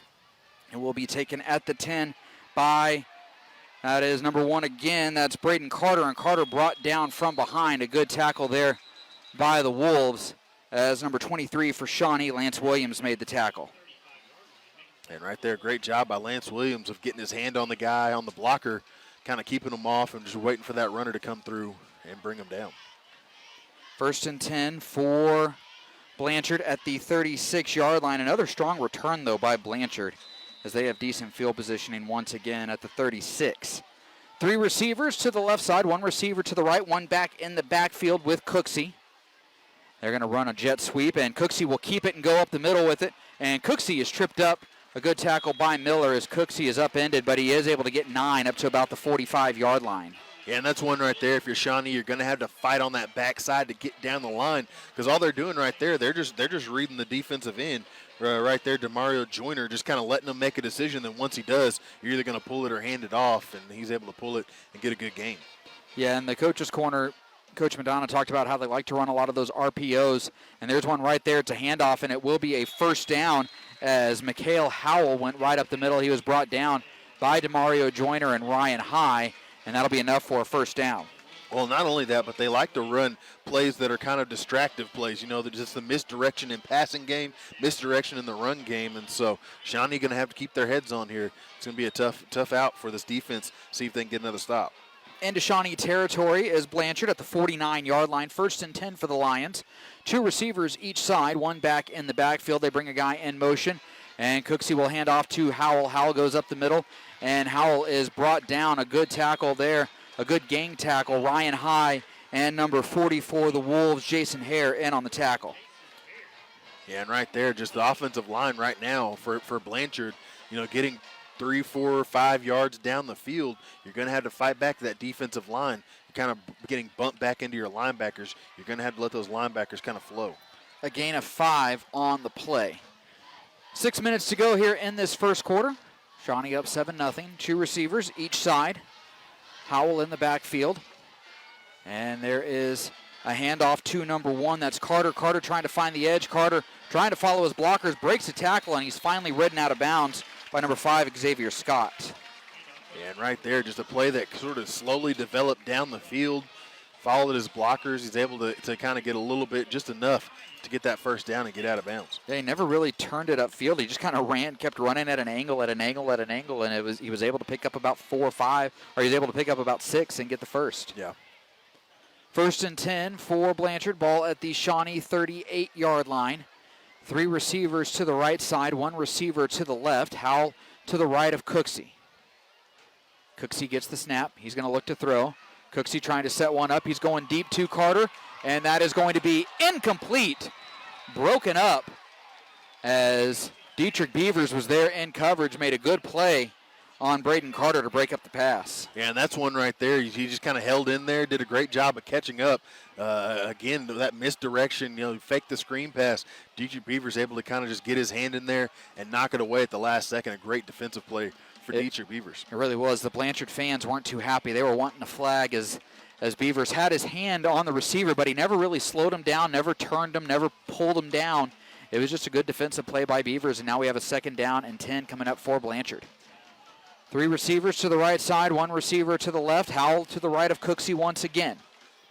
Cooksey gets the snap. He'll hand off to Howell. Howell goes up the middle, and Howell wrapped up and dropped as I believe that was Joyner in on the tackle along with Walden. A gain of 3 on the play. Yeah, right there. Again, that defensive line just kind of getting a little too not getting low enough. That offensive line really moving them out of there. You're going to have to stay low. You're tempted to kind of get your head up to see where the ball is. You're going to have to stay low, get your shoulders down. 3rd down and 7. You're probably looking at 4 down territory here for Blanchard. 3 receivers to the right, 1 receiver to the left. Here comes Cooksey. Cooksey looking to throw. Cooksey under pressure. Cooksey evades the pressure, and Cooksey dropped it. It's a fumble. Ball's on the ground, and it's picked up by the Wolves. It'll be Shawnee football at the 40-yard line. We do have a flag, though, on the play.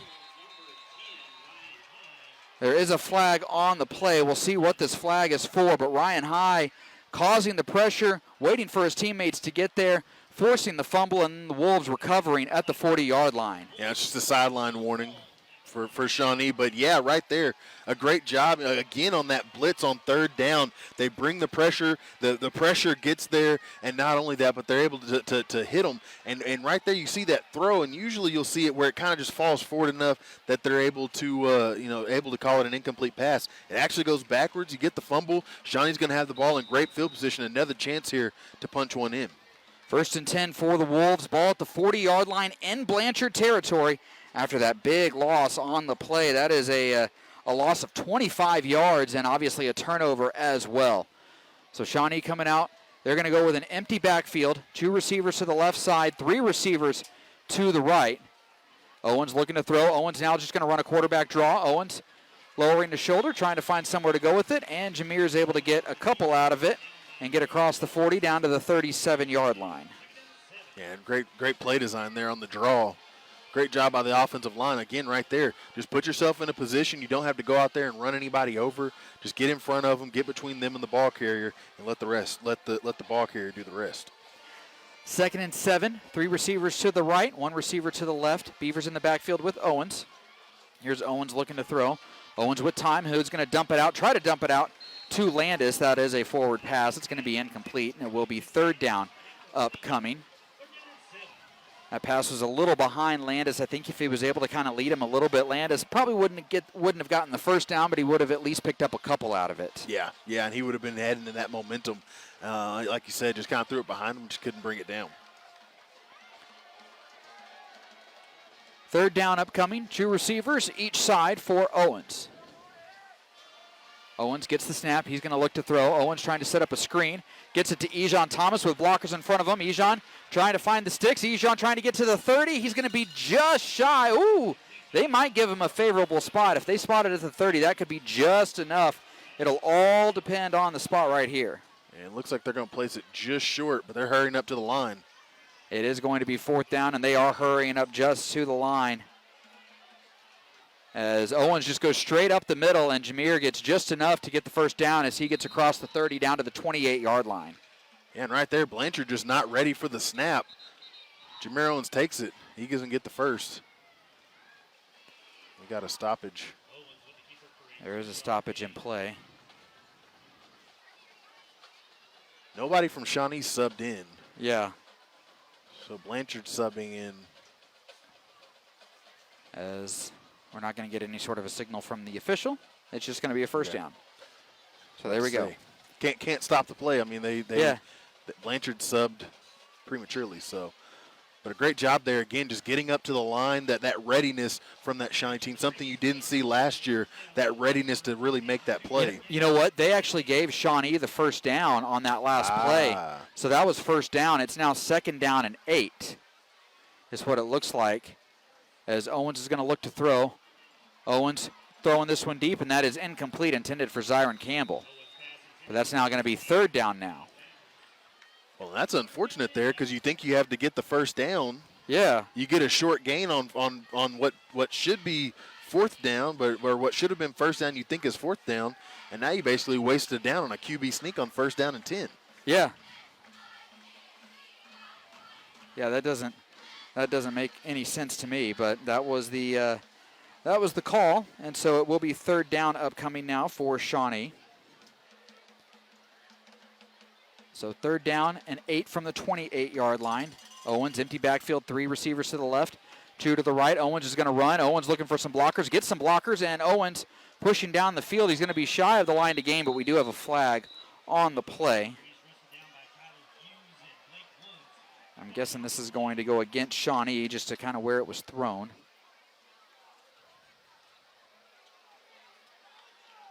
It will be a holding penalty on Shawnee. So that good gain down to the 21-yard line is going to come back after that holding penalty. Well, and now the Shawnee coaching staff realizing what happened, giving the line judge a little piece of his mind. Yeah, the coach is not happy with the fact that it's 3rd down when they thought that they should be on 2nd down. So the penalty is 10 yards from the spot of the foul. It backs Shawnee up to the 32 with that hold. And it will be 3rd down now and 12 to go. You do have 2 downs here to work with if you're Shawnee. 2 receivers to each side. 1 back in the backfield. Here's Owens looking to throw. Owens with time. Owens steps up in the pocket, floats it. That one floats up, though, and that is fought for and intercepted by Blanchard as number 23, Matthew Tongzing, comes up with the interception, and it's the first interception thrown by Owens this season. And Landon, he just didn't get enough on that ball. Yeah, just kind of hung up there in the air. Thomas couldn't come back to it to try to make a play on it. And unfortunately, even though it made a valiant effort trying to get back and fight for it, just hung up there long enough that you get one of those interceptions we talked about from that Blanchard secondary. 1st and 10 for the Lions. Ball at the 6-yard line.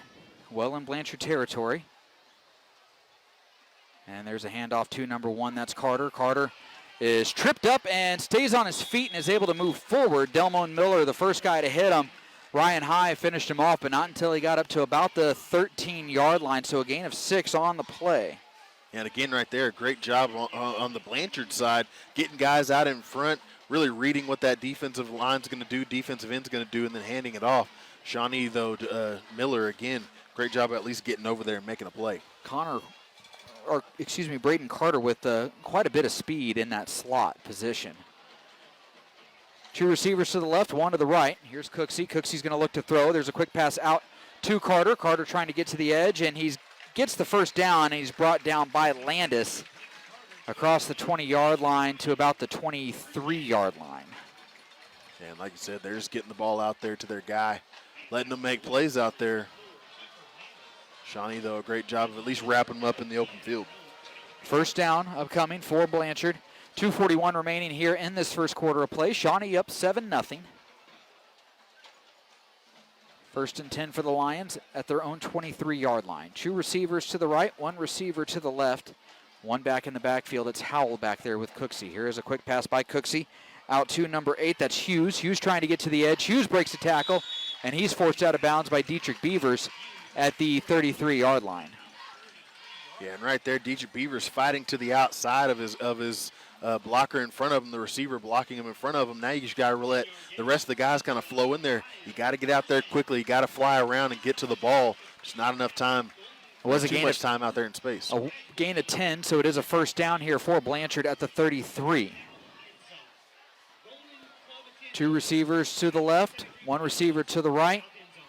Shawnee showing a blitz, and there's a handoff to Howell, and Howell is wrapped up in the backfield, but he pushes his way forward and is able to gain a couple before Jason Hare, and Dietrich Beavers finish him off.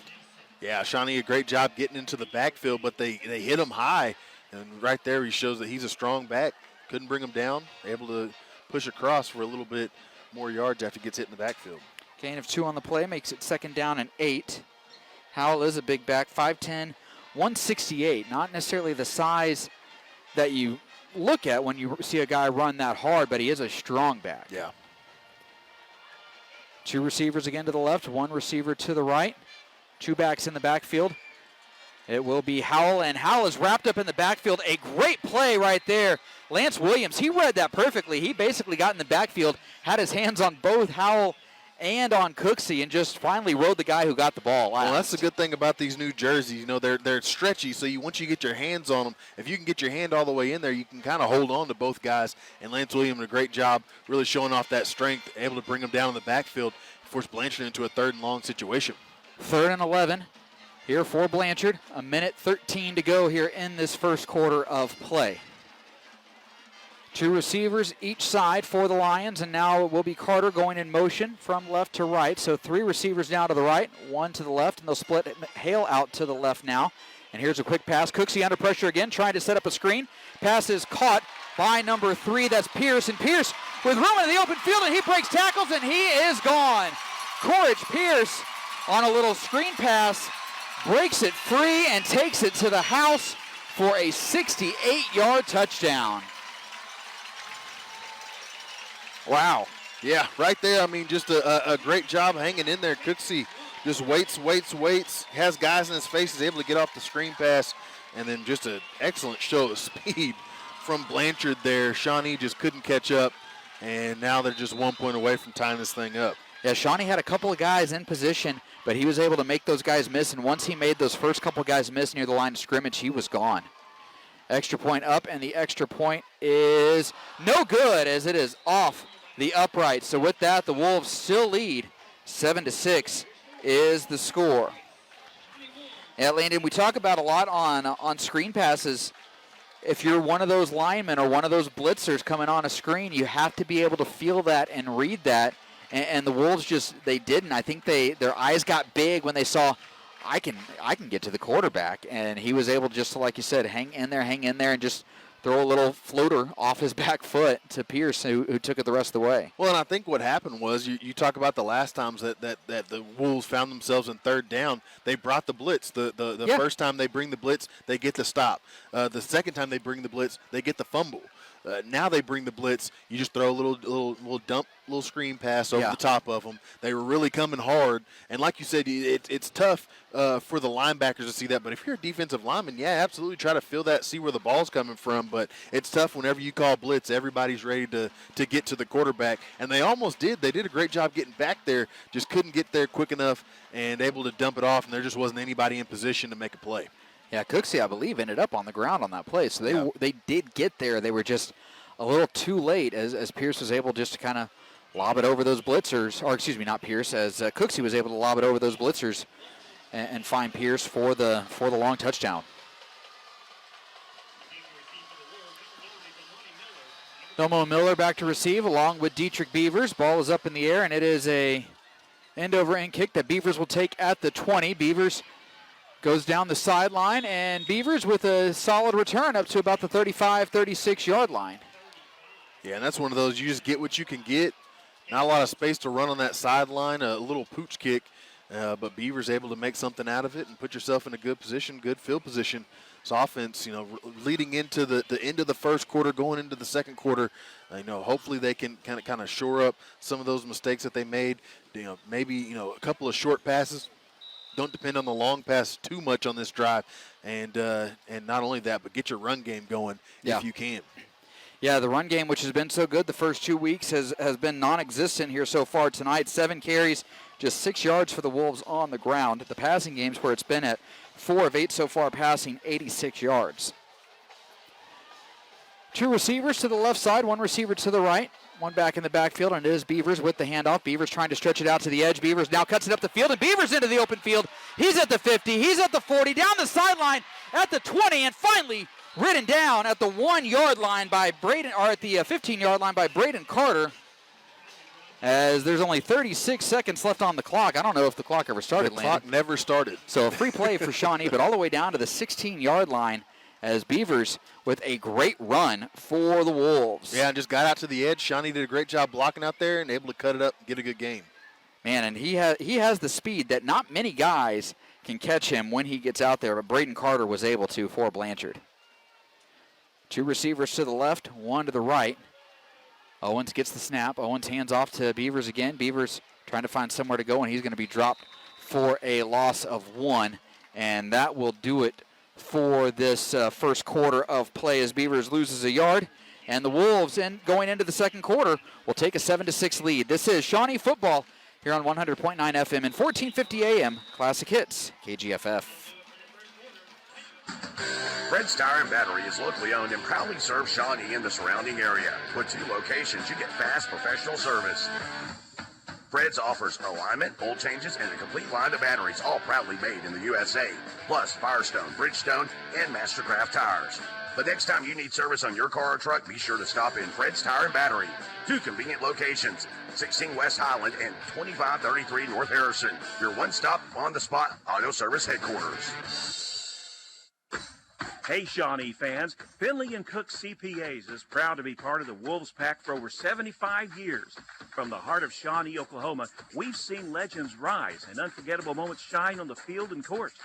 As our Wolves tackle, dribble, and score, remember, just like Shawnee's spirit, our commitment to our community and Wolves never wavers. Go, Wolves! Proudly supported by Finley & Cook, serving Shawnee's numbers, nurturing Shawnee's dreams. Shawnee Wolves football is on Classic Hits, KGFF. Welcome back to Blanchard Lions Field at the Oscar Brooks Sports Complex. I'm Chris Cox alongside Landon Green. We're inside the Sovereign Bank broadcast booth here in Blanchard, and the Wolves up 7-6 as we get set to start this second quarter of play, Landon. It was a really good start to the first for the Wolves. They take a 1-point lead into the second over Blanchard. and they're in really good position again. It's going to be 2nd and 11 with the ball at the 17 for the Wolves, but they are driving thanks to a big run by Dietrich Beavers at the 17-yard line in Blanchard territory. Well, Blanchard making a lot of mistakes, and Shawnee doing a great job of executing on top of those things. We'll see right now they're moving the ball pretty well. See if they can get it in here. 2nd and 11 for the Wolves. There's a handoff to Beavers. Beavers trying to find a seam. He does. Beavers cuts it up the middle, and he's into the end zone for the score. But, a late flag comes out. A late flag comes out, and this is going to go against the Wolves. It will be a hold on Shawnee. Man, that's a tough one, Landon. That takes a touchdown off the board. Yeah, and I think right there, just Jamar Favors a great job of putting himself in that position. Now you have to kind of be cognizant, hey, where's that back at? Just let him go, and just did it right, held right in front of the referee, and they're going to call that every time. Unfortunately, he's about 10 yards away from the ball when he makes that holding call, so that's going to hurt you if you're Shawnee. But, hey, you know that you can punch one in. See if you can do it again. Yeah, that back Shawnee all the way up to the 27-yard line after that penalty at the 17. And so it'll be 2nd down and 21 for the Wolves with the ball at the 17-yard line. 2 receivers to the right side, 1 receiver to the left. Beavers in the backfield. Actually, no, that's not Beavers in the backfield, but Owen's going to look to throw, goes over the middle, trying to get it to Miller, and Miller can't make the grab. It's incomplete. You know what? Delma Miller's made a lot of circus catches these first 3 games. Why not let him go and try to make another one in triple coverage? Hey, he's a guy you definitely want to put in a position to where, hey, if you give him a chance to get to the ball, he's gonna win it 9 times out of 10. So you definitely want to give him a chance, like you said, to go up and maybe come down with the catch. 2 receivers to each side for Shawnee. 1 back in the backfield. It's Xavier Scott. Here's Owens looking to throw. Owens with time. Owens ducks under the pressure. Owens scrambling. Owens dumps it out now to Miller, and Miller gets down the sideline, and Miller dives. And Miller, as we have a flag on the play, we'll see what the call is, see if he gets into the end zone. I don't think it's going to matter. I think he was out of bounds anyways, but he had enough for the first down. We'll see where they spot this. They'll spot him actually just shy of the end zone and see what the penalty is. As the officials are going to get together and talk about it.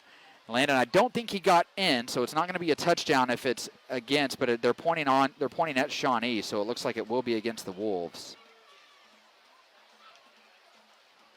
That's what the side judge is pointing at. But a really good play there by Jameer Owens to escape the pressure. Well, it really showed off the improvisation that we saw last year. Able to get out of the pocket, make some things happen, shake it up, and get it to a guy. This flag came from the back, Judge. I don't know. Oh, no, it's going to be pass interference on Blanchard. So the call was pass interference on Blanchard. Shawnee's obviously, it's going to be a touchdown for the Wolves. So they'll decline the penalty, and it's a touchdown for Shawnee. They're saying Miller got in the end zone. Wow. I never saw Blanchard or the official signal touchdown, but they did, and it will be a touchdown for the Wolves. And Blanchard's head coach not happy at all. They just changed the call. Oh my! They just changed it to pass interference on Shawnee. So now they are taking a touchdown off the board. I'm very confused about what's happening, but pass interference called on Shawnee. And I think they're going to call this once the ball was thrown. I don't remember who it was down here that was blocking in front. I think it was Ejon. It was either Keno Citizen or Ejon Thomas. But they were blocking in front. I think they're going to call the blocker in front for a pass interference. We're going to call a timeout. They're going to call a timeout. Shawnee is, so we'll take it as well. We'll try to get some more information. This is Wolves football here on Classic Hits KGFF. Goodbye, banking with limits. Hello, banking as it should be. The mobile apps from Arvest Bank give you the power to bank how you want, when you want. Pay bills, send and receive money, deposit checks, and lock your Arvest debit and credit cards. Need a mortgage? Get pre-qualified and track your loan's progress. You can even text your own personal banker and not have to wait on hold. With mobile apps from Arvest, say goodbye to limits and hello to possibilities. Arvest Bank. Member FDIC, Equal Housing Lender. Pinecliff Printers, 1815 North Harrison, Suite 1, helps you make a great impression with all your printing needs. Business cards, brochures, banners, even rubber stamps and invoices. Pinecliff's experience-friendly staff will be happy to assist you. Be sure to pick up your Shawnee Wolves football program at all home games. Proceeds benefit the Shawnee Quarterback Club. Pinecliff Printers, 275-7351. Making a great impression for you and a proud supporter of Shawnee Wolves football. Friend them on Facebook. Shawnee Wolves football is on Classic Hits, KGFF. After 2 touchdowns taken off the board, the Wolves with a third down and 25. And here's Beavers spinning away from more guys, and Beavers gets down to the 20. And Landon, at least they'll put Shawnee in position with that run if they want to go for it on a long 4th down, or maybe even send Rhett Neese out there to kick a field goal. You got a lot of options. I think they're going to send out Neese and let him try to kick a field goal here. But good job by Beavers to, pick up 11 right there and at least get Shawnee back in field goal range. I mean, they had 2 touchdowns taken off the board and a couple confusing calls, especially that last offensive pass interference. It's going to be interesting to go back and look at that one, Landon. So Rhett Neese on to attempt the field goal for the Wolves. 37-yarder. Neese's kick is up. He has the distance, and it is good. So Rhett Neese with a 37-yard field goal, and now we have flags after the play. It's been getting chippy here. It's been getting a little chippy after the play. I think finally the referees are going to get in here and break it up. We do have a flag. It is after the play. And it's going to be a personal foul against Shawnee. The field goal's good, so it will be applied on the kickoff, meaning the Wolves will be kicking off from the 25. We've already seen Blanchard be pretty explosive in the kick return game, Landon. Now they're going to have really good field position because of one of those, post-snap penalties. And like you said, it's been getting chippy. And right there, the officials caught the Shawnee players and threw the flag on them. Yeah, that's a tough go. I mean, you're going out there, and like I say, especially on field goal, because there's so much happening. As a blocker, you're not really blocking the same way that you usually do, and so guys are kind of falling over the top of you. You're getting pushed back. They're doing everything they can to get through the wall that you create. And so, yeah, after the play, it is a little chippy. You do get in there and make some things happen. But you get the penalty at the end, that's going to push them back. But what you do have, though, regardless of the penalty, is you have a made field goal, and that means the Wolves extend their lead out to 4. 10-6 is the score as the Wolves lead Blanchard right now by 4. And we will see what the Wolves can do now here on the defensive side of things. They've had a really good game defensively. Blanchard had the one drive where they were able to score, and they're going to get good field position here, Landon. I mean, there's just, barring something crazy happening, there's just no way around that. I think you actually have that play pulled up. So next time out, maybe we'll try to take a look at it as they'll tee the ball up at the 25-yard line. Again, it's Pierce back there to return for Blanchard, and number 1, Braden Carter, also back there for the Lions. We've seen both those guys a lot of speed.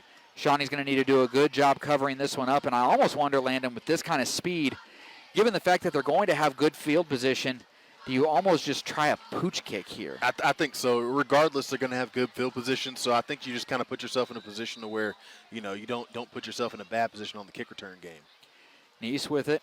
He will kick it away, and it is a higher kick, almost a pooch-like kick. It'll be taken at the 45-yard line by number 14 for Blanchard. He's able to get about 10. Does get into Shawnee territory. That's Vaughn McIntyre as he gets into Shawnee territory at the 44-yard line. We'll see what this defense can do. They've done a good job tonight.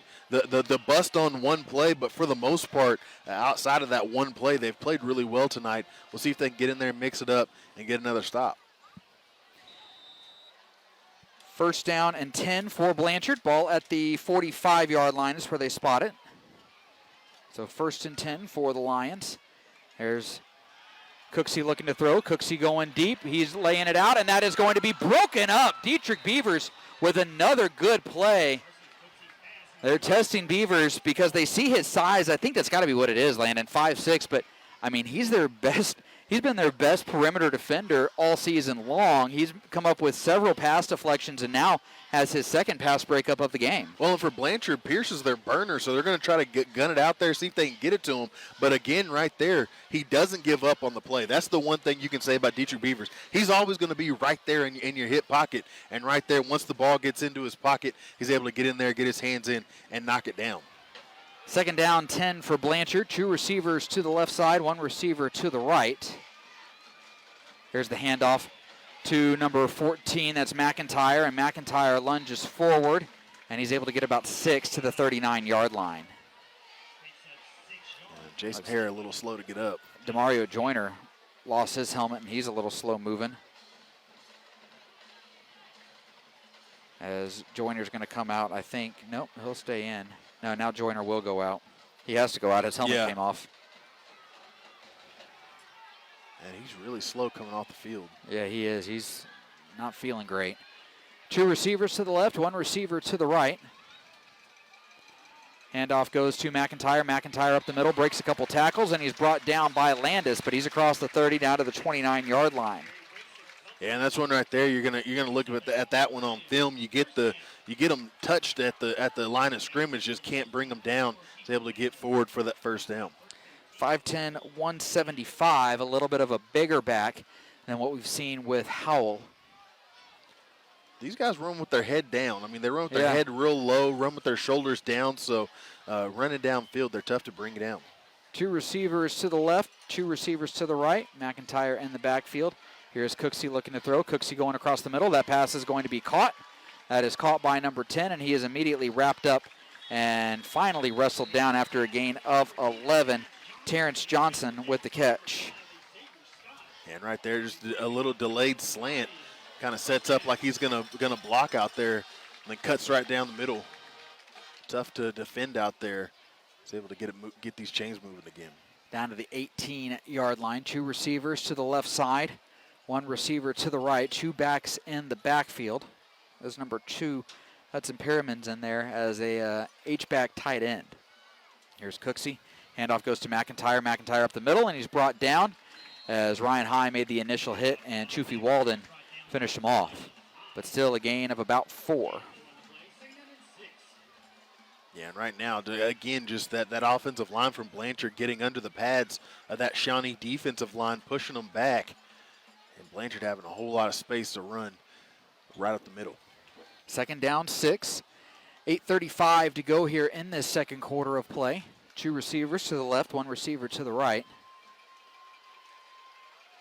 McIntyre with the handoff again, and McIntyre is brought down. A gain of about 1 as Jamar Favors made the tackle. Yeah, and Jamar Favors a great move there at the initial point of attack. The center comes up on him. He's able to push his hands out of there, get around him, and then right as he gets to the line of scrimmage, the running back just runs right into him. He's able to bring him down. A great play there by Favors. 5'11", 305. He knows how to plug up the middle. Yeah, he's got quick hands too. Yeah, he does. Third down and 5 for Blanchard. They're going to come out with 2 receivers to each side, 1 back in the backfield. It's still McIntyre back there with Cooksey. Shawnee showing blitz, and the Wolves bring the blitz. Here's Cooksey. He pulls it, and Cooksey is going to be brought down as we have, I think, a whistle before the play. We'll have a timeout taken by Blanchard.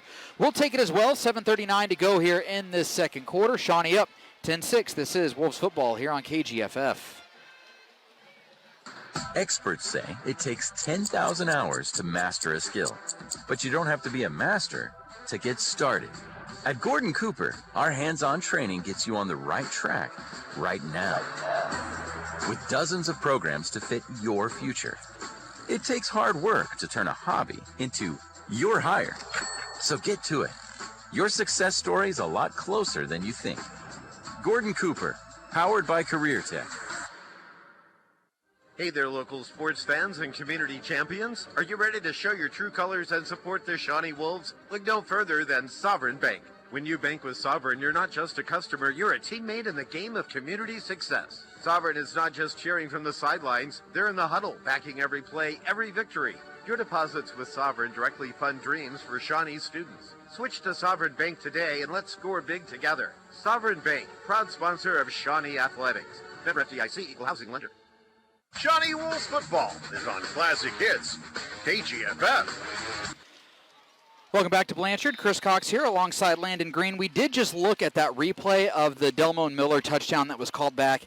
It was offensive pass interference, I believe. It was Ejon Thomas, I believe, who was down there, and he was just blocking a little too early. It was a call that we didn't necessarily like at first glance, but looking back at the replay, it was a penalty. Third down for Blanchard. 3 receivers to the left, 1 to the right. They'll bring a guy in motion. Handoff goes to Carter. Carter trying to cut up the middle. Carter does cut up the middle. He gets the first down, and it will be a first down and goal for Blanchard at the 6-yard line. Yeah, and right there, just they love to go to that play, get Carter out to the edge, and just let him run out there in the open space. Shawnee gets out there, just couldn't bring him down before he got the first.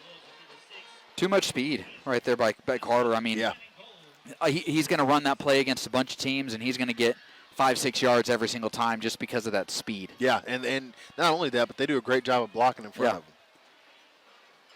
2 receivers to the left, 1 receiver to the right.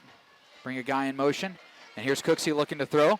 Dumps it out to the flat for the tight end, number 2. That's Perriman, and Perriman into the end zone for the touchdown. As I couldn't see who that was following Perriman. I think it might have been Miller, and he just couldn't bring him down in time, Landon, as Perriman using that big body, 6'3", 200 pounds, just able to muscle his way into the end zone. Yeah, that's one guy you're going to have to try to wrap up and just kind of hold up and let the rest of the guys come in. Couldn't bring him down. He's going to score the touchdown. Alex Price on to attempt the extra point. The kick is up, and the kick is good. So Alex Price knocks it through. She's 1 of 2 now from the on her PAT attempts. PAT attempts, I think that's redundant, but I guess it's not points after touchdown. So PAT points attempts. After touchdown attempts. Yeah, you're good. You're good. I'm good all good. Hey, this Shawnee defense, they're doing a great job of holding the guys up. Now you just got to finish those drives. This offense going to have to do the same. Got to slow down on the penalties that drive you back. That last drive sort of derailed by penalties. You put yourself in a great position to score. Unfortunately, some things don't go your way. But if you can go out there, put another drive together, a solid drive together, run this clock down a little bit, you can find yourself in a good position going into the halftime. Yeah. Alex Price, by the way, one of the handful of female football players here in Oklahoma. Her sister played for Blanchard as well and was also a kicker. And so she's just keeping that legacy going of Blanchard kickers. I believe she has a brother on the team too. So it's a family that loves Blanchard football. Yeah, hey, that's one thing. If you're ever a town or a team that doesn't have a kicker on your team, hey, go to the soccer team, see what they got. I know we had to do that a couple times. So Osman Maldonado set to kick it away for Blanchard. Beavers, Miller back deep to receive for Shawnee. 7:29 to go here in the second quarter. It's been a very entertaining game. There is the kick. It's a low squib kick. It will be taken by Ejon Thomas, and he'll just fall on it at the 30-yard line. Smart play there by Ejon. He's a very athletic person, but he didn't want to try to pick up a rolling football because that's never easy to do, and then he had guys bearing down on him anyways. Oh, that thing was kind of a knuckler anyway. I mean, they had a nasty spin on it, so a good job by Thomas just to fall on top of it, give your offense a chance to go out there and make something happen. It essentially works as a fair catch at the 30-yard line for the Wolves. So, not great, but decent field position for Shawnee at the 30. We'll see what they can do. They've been able to move the ball tonight so far with relative success.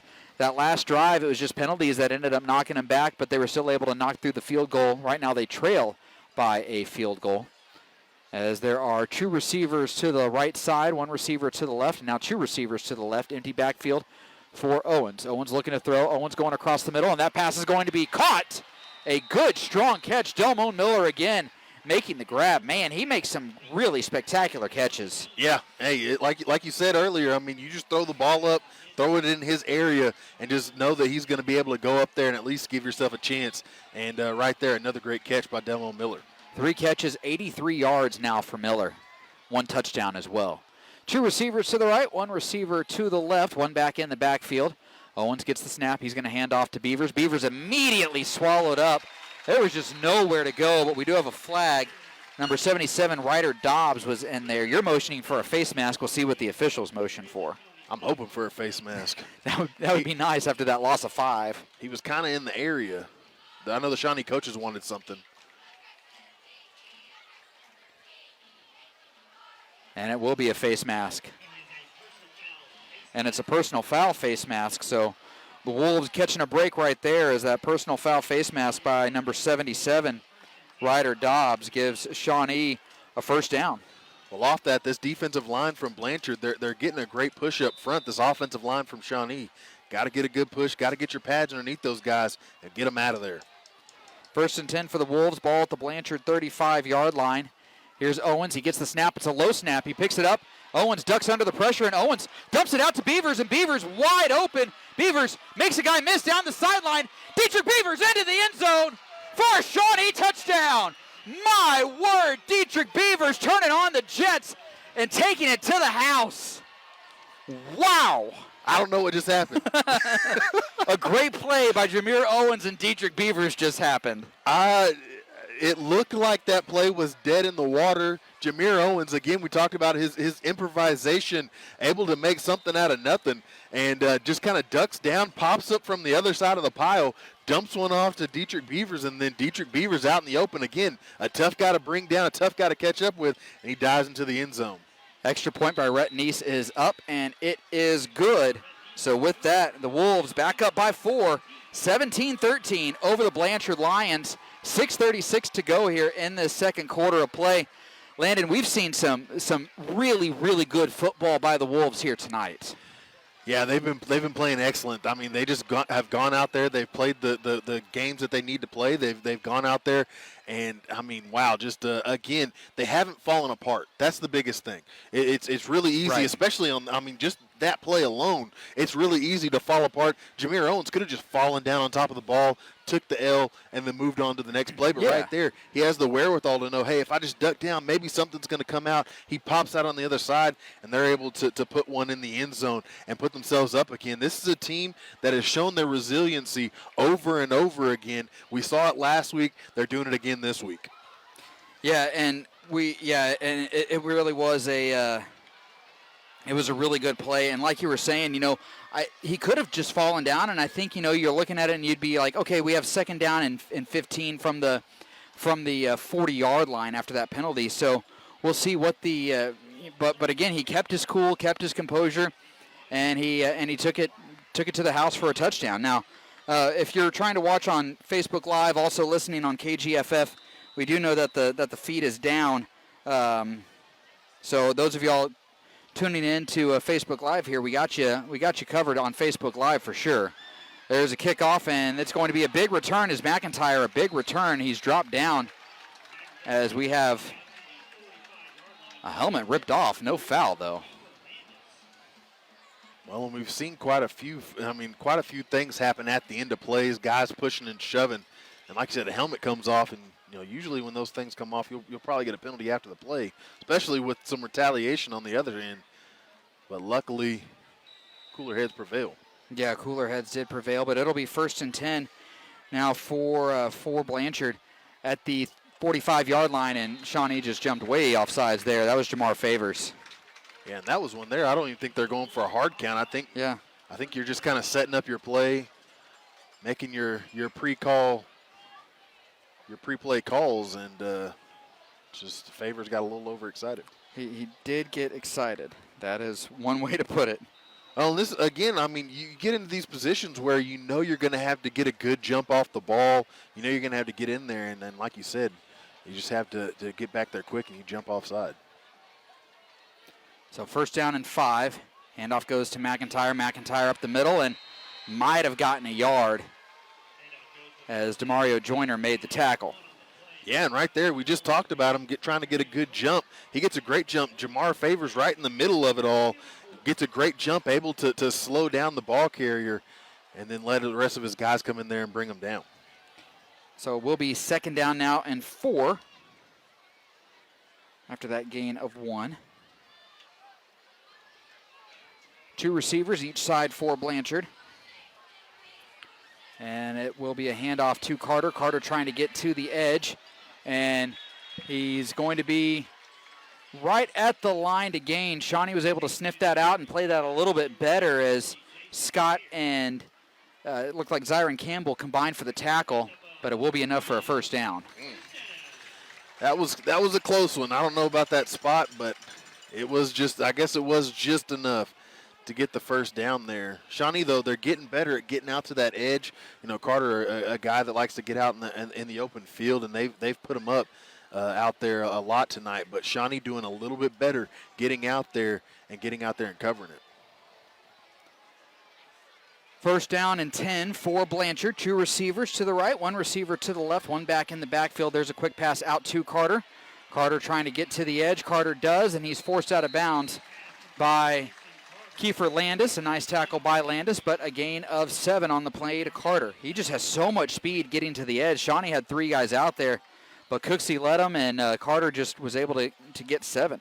Yeah, and right there, Ejon Thomas, you got to set the edge. If you go to the inside, you make it easier for that guy to get around the inside. You got to hope that your guys are going to get over there and make the play from there. You got to set that edge. Doesn't get there. Pierce does a great job sealing him off, and he's able to get a good gain. Second down 3, 5:14 to go here in this second quarter. Wolves are up by 4, 17-13 the score. Blanchard letting some time run off the clock, and now they'll run up to the line of scrimmage. 2 receivers to the left, 1 receiver to the right. Play clock down to 4. Cooksey gets the snap. Cooksey's going to look to throw, and that pass is completed to number 2, Perriman, and a good job there by Landis to wrap up Perriman and not let Perriman go any further. Perriman was able to fall forward to get a couple yards out of it, but that'll bring up third down now and 1. Yeah, and that's one thing. You learn your lesson right there. You hit them in the midsection and just hope that you can bring them down. Hold on for dear life. You saw it down there in the goal line. You hit him up top. You're not going to bring him down. He scores a touchdown right there. Hold him back. He doesn't get the first down. Third down and 1. McIntyre, the tailback with Cooksey. Cooksey going with the hard count. Shawnee not jumping, though. 3rd and 1. Cooksey running up to the line, calling out a new play. They'll bring Carter in motion. Now here's a handoff to McIntyre. McIntyre up the middle, and he's going to move the chains. Able to get a couple. He just is able to just barrel his way in there before he's brought down by Jamar Favors. Gain of 3, but it was enough. Yeah, just get enough to get the first down. Shawnee, a great job of getting back there. Just couldn't bring him down before he got it. I believe that was Ryan High who was the one that made the tackle, but like I said, a gain of 3 and a first down to the 33-yard line for Blanchard. 17-13 the score in favor of the Wolves. 1st and 10 for the Lions. Ball at the 33-yard line in Shawnee territory. 2 receivers to the left, 1 receiver to the right. Carter coming in motion. They're going to run that handoff. No, it's going to be Cooksey who keeps it this time, and Cooksey goes forward for about 5. Maybe 4 yards. Lance Williams with the tackle. And right there, that's what you do. You just keep giving it to Carter, give it to Carter, give it to Carter, give it to Carter. And then right as Shawnee is able to answer that call, you just kind of pull it, run one up the middle. Cooksey able to get 5 out of it, or 4 out of it. Cooksey is a good athlete. He's not necessarily a burner like we've seen with some quarterbacks, but he's a strong quarterback. He's a smart runner, and he's a guy who probably, like I said, he probably is not going to break one off for 40 yards, but he can pick up 10 yards if he needs to, and he picked up 4 right there. Here's Cooksey. Cooksey looking to throw. Cooksey is going to throw this one up. That ball is up in the air, and that is caught. And we have a flag on the play. Corage Pierce with the catch. There is a flag on the play, though. I think Dietrich Beavers is arguing for a pass interference on Pierce. And it's going to be on Shawnee. So the penalty will be declined, and it will be a completed pass down to the 5-yard line for Blanchard. Well, I'm not sure exactly how Dietrich Beavers could have caused a pass interference. He was looking at the ball. He's 10 yards away from the ball after getting shoved. I'm not sure. And he's looking at the ball trying to play the ball. Yeah, I'm not sure exactly how they come to that conclusion, but hey, they did. It's a first down. Blanchard back inside the 10. First and goal for Blanchard at the 5. 2 receivers to each side, 1 back in the backfield. There's a handoff, and he goes right up the middle for an easy touchdown. That's Perriman with the score.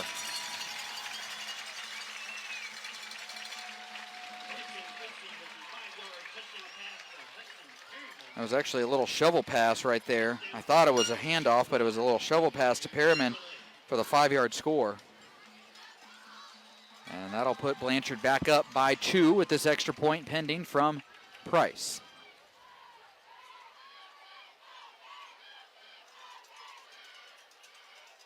There's the snap. There's the hold, and the kick is up, and the kick is good. So with that, the extra point by Alex Price is good, and Blanchard back up by 3, 20-17. Landon, 2:55 to go. Shawnee with 2 timeouts. If they can run this 2-minute drill, take off a lot of time, they could potentially get themselves in scoring position, which would be great, but then also they get the ball to start the second half. So if they manage the clock right, they'll get 2 possessions out of this and try to score on at least one, if not both of them. Yeah, you have a chance here to put some points on the board, like you said, if they run it to perfection. We saw them run it extremely well against Seminole that first week at the end of the game. Now, of course, you couldn't finish off that drive, but, we saw them get all the way down to the 3-yard line there. We saw them run it pretty well. Obviously did not really a 2-minute situation against Ardmore, but a situation where you got to go down and score quickly and put yourself in a good position. They do it last week, so see if they go down there under 3 minutes. You're in crunch time for the end of the half. See if you can punch one in. Blanchard teeing the ball up at the 40-yard line. Delmo and Miller. Dietrich Beavers back deep to receive for the Wolves on that second line. If they get an opportunity, you have Zyron Campbell and Ejon Thomas, so kind of those back 4. Those are all really quick guys that you wouldn't mind returning the ball. Maldonado with it teed up. And he will boot it away. It's a line drive, and it'll be picked up by Beavers at the 20. Beavers had a hard time trying to find it. Now Beavers trying to turn the corner and get to the edge. He does, and Beavers finally ridden out of bounds as he made a little lemonade out of lemons there, Landon, and turned what looked like it would be a pretty disastrous return into a good one up to about the 40-yard line. Well, and hey, Shawnee's been doing a lot of that tonight. I mean, They've just really put themselves in great positions to go out there and succeed. They haven't done anything detrimental to themselves outside of one turnover. They've done a great job of really just putting themselves in that great position off of their mistakes. They're going to say Beavers stepped out at the 37, so 1st and 10 for the Wolves right there at the 37. 2:48 to go here for the Wolves. Shawnee down by 3. They don't need to hurry. They do have 2 timeouts. 2 receivers each side, 1 back in the backfield. Handoff goes to Beavers. Beavers trying to break a couple tackles, and he's wrapped up immediately and brought down. No gain on the play. Yeah, and right there you're looking down the line, seeing where the offensive linemen are. 4 offensive linemen, again, standing around the pile. You're going to have to keep your hat on a hat. Can't let those guys go prematurely. They're doing a good job getting in the backfield in that Blanchard DE line. Here's Owens. Owens looking to throw. Owens with time. Now Owens having to scramble around and try to make something happen. Owens just throws it away. Smart play there by Owens to throw it away. Thought he was maybe going to try to run. And I think at that point, Landon, he probably should have just tried to run and tried to pick up a few yards, I think. He thought he saw a guy come across, and he kind of turned his hips, and that slowed him down. And then he had to throw it away because he had guys bearing down on him. If he had kept just running and trying to turn it up, I think he would have been able to get at least a few yards out of it. Yeah, I think he gets a couple more plays under his belt. That's the decision he's probably going to make. 3 receivers to the right, 2 receivers to the left side. And we have a timeout taken by Blanchard. With 2:14 to go here in this second quarter. We'll take it as well. Shawnee down 20-17 here on Classic Hits, KGFF. Tip number 1 is to relax and have fun. Fire Lake Golf Course is the perfect place to soak up the outdoors with friends and family. Golf is a great way to challenge yourself no matter your age. There's no better feeling than when you hit a great shot or sink a long putt. Relax, have fun, and keep your eye on the ball at Fire Lake Golf Course. Book a tee time. Call 405-275-4471. The Clinic Pharmacy has a rich history and tradition of working hard to improve the quality of your life since 1967. The Clinic Pharmacy does more than just fill your prescriptions. They're your #1 resource for compounding, immunizations, and medical supplies. They can help you with synchronizing your medications for easy pickup or delivery. Download the Clinic Pharmacy app or log on to tcpshawnee.com. The Clinic Pharmacy, working hard to improve the quality of your life. Shawnee Wolves football is on Classic Hits, KGFF. 2:14 remaining here in this second quarter of play. The Wolves down by 3, 20-17. It's been kind of a back and forth game, Landon. The Wolves right now with a 3rd down and 10.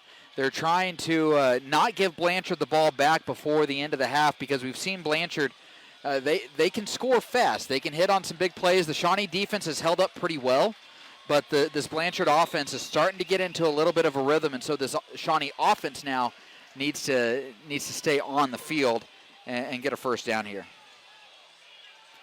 3 receivers to the right, 2 receivers to the left, empty backfield for Owens. Owens looking to throw. Owens being pressured. Owens steps up in the pocket. Owens dumps it to Miller, and Miller makes the grab for the first down. Man, a good job by Jameer Owens escaping the pressure and finding Delmo Miller and delivering a good pass on the run. Well, and not only that, Delmo Miller, a great job. He's sort of outside, trying to run his route. A great job just coming back to the ball and staying. We saw him a couple of times in the past couple of weeks grab the ball, run to the other side of the first down marker. He stays right where he is, gets the first down, keeps his drive going. 1st and 10 at the 48-yard line. 3 receivers to the right, 1 receiver to the left. Beavers in the backfield to the left of Owens. Clock under 2 minutes to go now. Shawnee slowing it down a bit. Handoff goes to Beavers. Beavers ducks under a couple guys, gets a couple to midfield. Yeah, and like you said, Shawnee just going to try to get this clock down, try to punch one in right at the last second. The worst thing Shawnee can do is give Blanchard the ball back. You want to try to get some points. If you don't, though, you get the ball to start the second half. You just don't want to give Blanchard the ball back. Here's Owens looking to throw. Owens gets hit, delivers it, though, to Beavers. Beavers cuts it up the field, and Dietrich with the first down right at the 40-yard line. Good job by Owens standing in there and taking the hit as he delivered the pass. Yeah, and right there, a couple of options for him to throw to, able to get it to a safety valve and get the first down, keep this thing moving. Into Blanchard territory at the 40-yard line. 3 receivers to the right side, 1 receiver to the left. 1st and 10 for the Wolves. Here's Owens looking to throw. Owens trying to dump it down to Beavers, and a dangerous pass by Owens. And it went through the hands of number 5, Gage Ellison. Woo! That was a close one. Yeah, that was. Jameer's been smart with the ball tonight. That was not a smart pass by Jameer, because that was going to be 6 if he had come down with that. I don't think he saw Ellison sitting there. He got rid of the ball, and luckily Shawnee's offense still out there. 2nd and 10, 59 seconds to go here in this first half for the Wolves. Jameer will roll out to his right, trying to find somewhere to go. Dumps it across the middle and incomplete as Owens took a big hit, trying to hit LaRon Thomas on that cross. I like the play design, Landon, but, man, he just took a big hit. Yeah, and that's one right there. As an offensive line, you just got to run to the sideline. You're running to the sideline as hard as you can. There's no stopping. There's no letting anybody worrying about what's behind you. You just got to keep it moving right there. They stopped. Let the guy come in and get the big hit. 3rd down and 10. Owens, he's going to fire this one deep. He's going for Delmo and Miller. Miller makes the grab, and Miller is into the end zone for the Shawnee touchdown. The Wolves strike back and take the lead with 45 seconds remaining in this second quarter. Jameer Owens, Delmo Miller, a beautiful connection.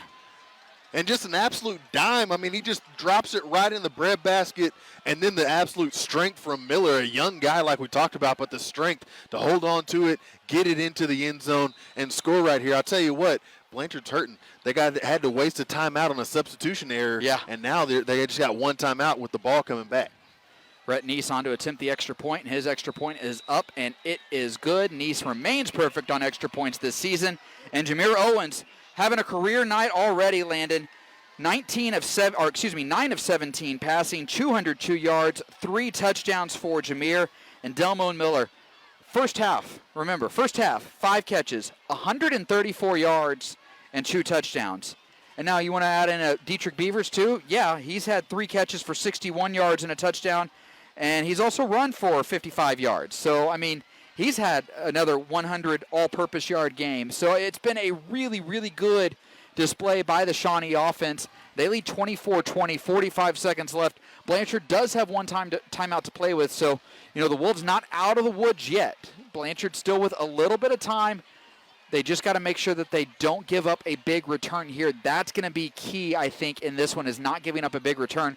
Blanchard with Cooksey, they're going to try probably at least on a couple of downs to hit for a big play and see if they can set themselves up for at least a field goal attempt. But Shawnee right now, I mean, they can't get too excited about going into halftime with the lead because it's not a given yet with 45 seconds and a timeout. Well, and Blanchard, a team that can score quickly. I mean, they can score just in the blink of an eye. So, yeah, it's going to be tough. But, again, I think that Blanchard coaching staff is really wanting that timeout back. But, yeah, it's going to be one of those things where Shawnee can't come in overexcited. They got to go in and play ball, finish out the half strong. And Neese does pooch it up, and that's a really nice pooch kick taken by McIntyre at about the 24-yard line. And he's tripped up.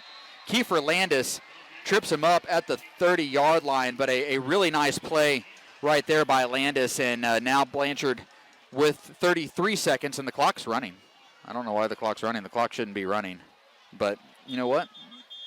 Now they'll stop it. They'll add a few seconds back on, probably put it at about, 39 seconds would be my guess. We'll see where they put it. I'm going to say 39 seconds. That's where I would put it at least. Looks like they're going to go over to the coaching staff and ask them. Probably put another minute on the clock. They're going to do 35 seconds. So 35 seconds on the clock. Like you said, a great pooch kick, though. Yeah. One of those where you kind of kicking it in no man's land. The Blanchard returner had to catch it on his back foot and then make a play, and by that time your guys are getting down there. It wasn't one of the speedy returners either that had to catch it. Yeah. McIntyre is a good runner, but he's not a burner by any stretch. 35 seconds, empty backfield, 3 receivers to the left, 1 to the right. Now they'll bring a guy in motion. Cooksey's going to look to throw. Cooksey trying to set it up. Cooksey rolling out. And Cooksey delivers it to Pierce. Pierce tackled, and Pierce stays in bounds. Didn't get out of bounds when he probably could have just stepped out of bounds. And now Blanchard will take their last timeout. Let's keep it here, though, Landon, as Blanchard will have a 2nd down and 5 coming up. The Wolves, they've done a really good job. We talked in the pregame show. You heard Coach Madonna during the Coach's Corner talk about we need those big plays. We need to start hitting on those big plays. They've done that tonight. Now, some of them have been improvisational plays by Jameer Owens. Others have been designed like that touchdown pass right there to Delmon Miller. But those big plays are starting to happen for the Wolves, and that's a good sign for this offense. Well, even the plays that they don't hit, you're starting to see the play design on offense really start to take shape. That the play with the I can't remember who it was. It was can't remember who the receiver was, but LaRon Thomas. Yeah. LaRon Thomas is coming across the field. The rest of the play is moving to the other side, and you have a wide open field on the other side. You just can't seem to get the play off. But you see those things, those building blocks sort of there, and it makes you excited for what can come from the rest of this offense. I think Jameer, he got hit on that play, and that kind of messed it up. But if he had seen that a split second sooner and got it to LaRon Thomas in time, LaRon had a lot of room to work. 2nd down, 5 for Blanchard. 2 receivers to each side for Blanchard. They have 1 guy in the backfield. And here is Cooksey looking to throw. He's going to roll out. That pass is incomplete. And we have a flag on the play. That was intended for number 23, Matthew Tongsing. It'll be an eligible man downfield. Yeah, an eligible man downfield. So that'll back up Blanchard, and my guess with no timeouts is that'll probably do it for the Lions here in this half. I would be surprised if they do anything besides take a knee right here. That'll move him back to the 30-yard line, and it will be 2nd down and 10 for the Lions. Oh, no, Cooksey's going to empty out the backfield. 3 receivers to the left, 2 to the right. 19 seconds remaining, and now he'll bring a guy in motion. And there is a handoff to number 8. And he's able to get to the edge, and he runs out of bounds at the 45-yard line, and the clock now started. And they'll run 2 seconds off the clock. That was a long 2-second play. That really was. Tyler Hughes on the run. The clock operator tonight, he has, or whoever it is, has not had their best night. We'll leave it there. Yeah, and right there now, Blanchard kind of feeling good after that play. Yeah, they could get themselves in a position for at least a Hail Mary situation. Here's Cooksey going over the middle, and that is incomplete as it skipped to Pierce. Yeah, and right now Shawnee a little confused right before the play was snapped. The ball was snapped, able to get into position a little late. Luckily, that ball falls to the ground. Second down, 12 seconds remaining. If they can get a first down or get out of bounds, the clock will stop. Obviously an incompletion as well, but Blanchard wanting to move forward, and so for the clock to stop, they'd have to get out of bounds or get a first down. 3 receivers to the right, 2 to the left. Here's Cooksey looking to throw. Cooksey's going to heave this one deep.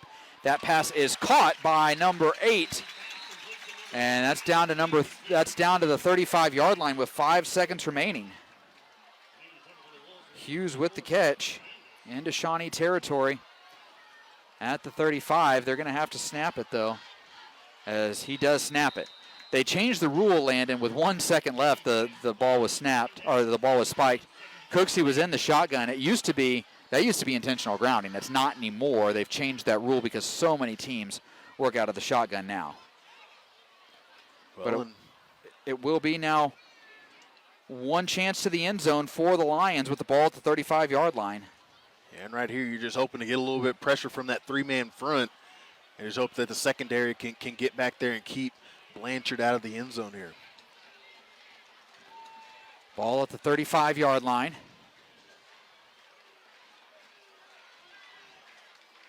Blanchard coming out with 4 receivers to the left side, 1 receiver to the right. Of course, the 1 receiver to the right you do need to look out for. It is Perriman, who's 6'3". Here's Cooksey looking to throw. Cooksey going across the middle. That pass is caught. And that will be the end of the first half as it was caught by Hughes. And Hughes was able to get to the 18 before he was brought down by Xavier Scott. And that will do it for the first half of play, Landon, as the Wolves are taking a 24-20 lead into the locker rooms here at halftime in Blanchard. A really, really strong first half by the Wolves. The defense held up, made a couple plays. Blanchard has a really good offense, but this Shawnee offense has answered the call almost every single drive tonight. Yeah, and again, they haven't given up. That's the biggest thing. They go out there, and it seems like a play breaks down, but they're able to figure it out and make the play. It seems like a drive's going to break down. You have a penalty. You have a loss of downs or a loss of yards. But they've been able to answer that call so many times tonight and put themselves in great positions. Jameer Owens playing an excellent game, putting the ball in a great place for his guys to go up and get the ball. Dietrich Beavers having another great game. Once that offensive line sort of settles in, figures themselves out, I think you're going to talk about a team in that second half. If they can come out awake, ready to go, and ready to place that ball and move that ball around coming out of the half, you're talking about a team that's going to be dangerous in this second half. Yeah, and the Wolves get the ball to start the second half, Landon, which is huge. They can extend that lead from the get-go. Again, the Wolves did have to settle for 1 field goal. It was a good kick by Rhett Neese. Give them credit. It's one of the reasons they're up by 4 right now. But, in a game where the other team's scoring a bunch of touchdowns, you can't settle for too many field goals. And we'll see what the Wolves can do when they get the ball to start the second half. But before that, let's go ahead and take a look at some of those halftime numbers. They're good numbers. They're pretty good numbers for both teams. For Blanchard, 20 carries, 75 yards as a team, 12 of 17 passing, 175 yards for the Lions. For the Lions in terms of penalties, 2 penalties, just 20 yards. They've been incredibly disciplined tonight, Blanchard has. And individually, Braden Carter, 6 carries, 37 yards. Vaughn McIntyre, 6 for 25. Carson Cooksey, 3. He's lost 12, and that was because of that big sack. And he did have the 1 fumble that he lost. Passing, Carson Cooksey, 12 of 17, 175 yards, 3 touchdowns. Kind of what you expect from him in a half. He's on track to throw for over 300 yards. He's a really good quarterback. To hold him to just 12 of 17 and to have the lead on him at halftime when he's put up those numbers, that's a good sign if you're the Wolves. Receiving-wise, Corage Pierce, 4 catches, 97 yards. A score, Tyler Hughes with 3 for 47 yards. Hudson Perriman, 3 catches, 13 yards, does have a pair of touchdowns. Defensively, Terrence Johnson, leading tackler by my count with 4 tackles on the night. And now looking at the Shawnee numbers, the Wolves as a team, 13 carries, 62 yards. The running lanes haven't been there quite as much as they have been the first 2 weeks, but the passing game has really stepped up. 9 of 17 passing, 202 yards, 3 touchdowns for the Wolves. The Wolves 5 penalties, 55 yards. So the Wolves have been a little bit more disciplined in terms of the penalties. They've still had some. We saw the one drive where the Wolves did have to settle for a field goal. Penalties hurt them on that drive. But, for the most part, they haven't been a factor tonight, and that's a good sign. Yeah, they've played really well, kept their heads on a swivel, and had a good head on their shoulders all night. Individually for Shawnee, Dietrich Beavers, leading rusher, 10 carries, 55 yards. Jameer Owens, 3 carries for 7 yards. Passing, Jameer with one of his better games, and it's only been in a half. 9 of 17 passing, 202 yards, 3 touchdowns. Did throw the 1 interception. It's his first interception of the season. Delmo Miller, leading receiver, 5 catches, 134 yards, 2 touchdowns, as he had his best performance so far for the Wolves. Dietrich Beavers, 3 catches, 61 yards, a score. Ejon Thomas, a catch for 7 yards. Rhett Neese, 1 of 1 from field goals, 37 yards away. He was 3 of 3 on extra points. Defensively for the Wolves, Kiefer Landis, leading tackler by my count, 9 tackles for Landis in that first half. So, again, the Wolves take the lead, Landon, into the locker room. 24-20 is the score over the Blanchard Lions. A really good first half for the Wolves that they now can try to build on and see if they can come out of Blanchard with a win, which I don't think many people would expect them to do. Yeah, they got to come out of the locker room ready to go. One thing we've seen from this team, both games that we've watched them play, they come out of the halftime, they're up by a score, they're up, they're leading going into that, and they tend to lose that score. So you're going to have to go out there, you're going to have to open up. Blanchard's not a team you want to give that score up to. You want to go out there and answer the call from the very start. So again, Wolves up by 4. 24-20 is the score. We're going to take a break and then send it over to the guys in the studio for the halftime show. This is Shawnee Football here on Classic Hits KGFF. Harrison Discount Pharmacy opened its doors in 1986. David Nicholas and his friendly Pinecliff Printers, 1815 North Harrison, Suite 1, helps you make a great impression with all your printing needs. Business cards, brochures, banners, even rubber stamps and invoices. Pinecliff's experienced-friendly staff will be happy to assist you. Be sure to pick up your Shawnee Wolves football program at all home games. Proceeds benefit the Shawnee Quarterback Club. Pinecliff Printers, 275-7351. Making a great impression for you and a proud supporter of Shawnee Wolves football. Friend them on Facebook. Every day brings new possibilities. They could be simple, like making dinner plans with friends, or exciting, like starting a new side hustle, or maybe huge, like buying a new home. Whatever life brings your way, Arvest Bank's highly rated mobile apps give you control of your finances. Pay bills, manage your cards, send money, and more, all on your time. So say goodbye limits and hello possibilities with Arvest Bank. Member FDIC, equal housing lender. Shawnee Wolves football is on Classic Hits KGFF. Welcome back inside Blanchard High School, or it's Blanchard Field at the Oscar Brooks Sports Complex. I'm Chris Cox alongside former Shawnee Wolf Landon Green. And Landon, a good first half for the Wolves. They lead the Blanchard Lions 24-20. But as you know, football is 2 halves, so there's still a whole other half to play. The Wolves need to keep up the same intensity that they've been playing with into this second half and continue to play well, because this Blanchard team, they're not going to go away. Yeah, and you have to be cognizant of it, because that's something that they've struggled with all season long, coming out of the locker room prepared, it seems like, or at least woken up coming out of there, and they've had to really fight themselves and the other team in that second half. So if they can come out here, feel a little warm, the energy was different in that first half than I've seen in the first 2 games. I will say that. So you're hoping that they can carry that energy into the second half and see if they can shake some things up, come on out with the dub. We are still a few minutes away here from the opening kick in this second half of play. Halftime was a little bit long. Both bands actually performed. Blanchard invited the Shawnee band to perform, which they did, and then the Blanchard band performed. So the team's just now coming out onto the field for warm-ups, and so they'll probably put another 3 minutes on the clock or so. But Landon, you look, and we were talking during the pregame show, Coach Madonna talked about it during the coach's corner. What he said that he really wanted to see is he wanted to see those explosive plays start to hit. Well, they started to hit in that first half of play. You saw several big plays Some design, some were improv that turned to big plays, but that's a good sign for the Wolves that those explosive plays are starting to hit. Not only that, but again, you see plays break down. You see drives start to break down, and they're able to come back and answer it. You're talking on the last drive that they have. You're talking 3rd and long. You have to make something happen. Jameer Owens has to step up in the pocket, make something happen downfield. Delmo Miller able to come open and get a first down to continue that drive. You're talking a play. We watched it back. Gage and I watched it back.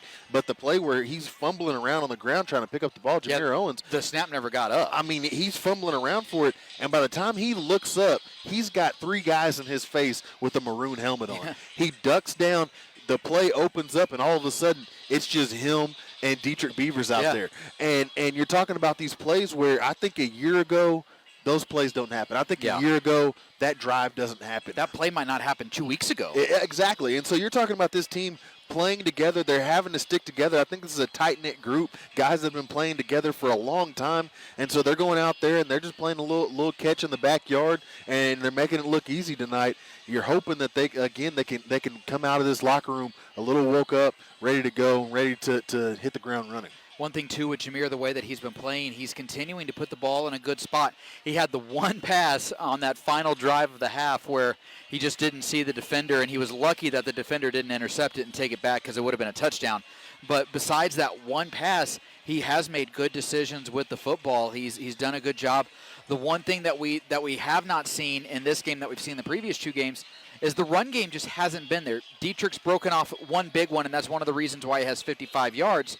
But really, it's been, maybe he can get 2 yards, maybe he can get a yard. That front 7 of Blanchard is really, really tough. They're really, really good. And the Shawnee offensive line, they have struggled in run blocking today, which they haven't done the previous 2 games. But again, they've been able to get just enough to keep drives going, and then, of course, the pass plays have opened up tonight. Yeah, I think really all they're trying to do, they're just trying to get into a rhythm. They got into a rhythm toward the back half of that first half, and they're able to get the ball into Dietrich Beavers' hands. He's able to make some things happen, squirt it forward, and see what you can get. But like you said, Jameer Owens, he's doing a great job of just putting the ball where it needs to be. Yeah. He's not biting off more than he can chew. He's going out there. He's not, if he does throw it long, it's a one-on-one ball. You let your guy go up and make that play. Delmo Miller, a great job tonight making that play. And then if it's not a one-on-one ball, well, I'm not going to force it down the field. Let me see what I got. Step up in. You saw him make a great play. He probably should have ran the ball, but you saw him at least get the ball out of bounds. He didn't force anything. He just threw it out of bounds. Hey, let's have another play and see if we can make that happen. It's happened time and time again tonight where you've seen in the past few couple of weeks. Last year, you've seen where you have the chance to force a mistake in there, and Shawnee's done a great job of of staying focused, keeping in their head, and making the right play.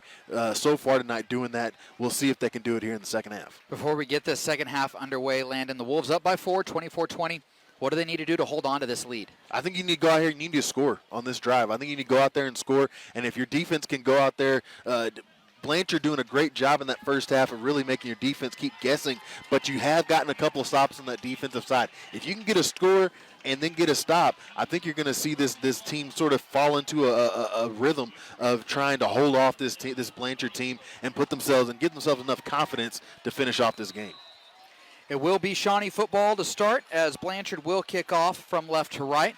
And there is the kick, and it will be Ejon Thomas taking it at about the 18-yard line. Thomas just trying to probe, see if he can go somewhere. Thomas turning the corner, and Thomas has a wide-open field. Thomas with blockers in front of him down the sideline.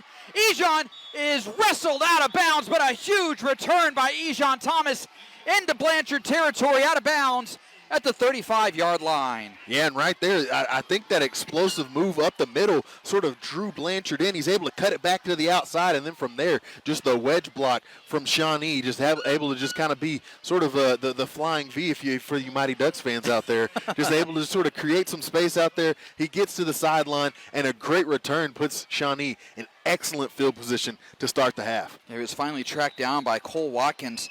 But yeah, the Wolves with great field positioning to start this second half in Blanchard territory already at the 35-yard line. 2 receivers, now 3 receivers coming out to the left side of the field for the Wolves. 1 receiver to the right, 1 back. It's Beavers in the backfield. There's the snap.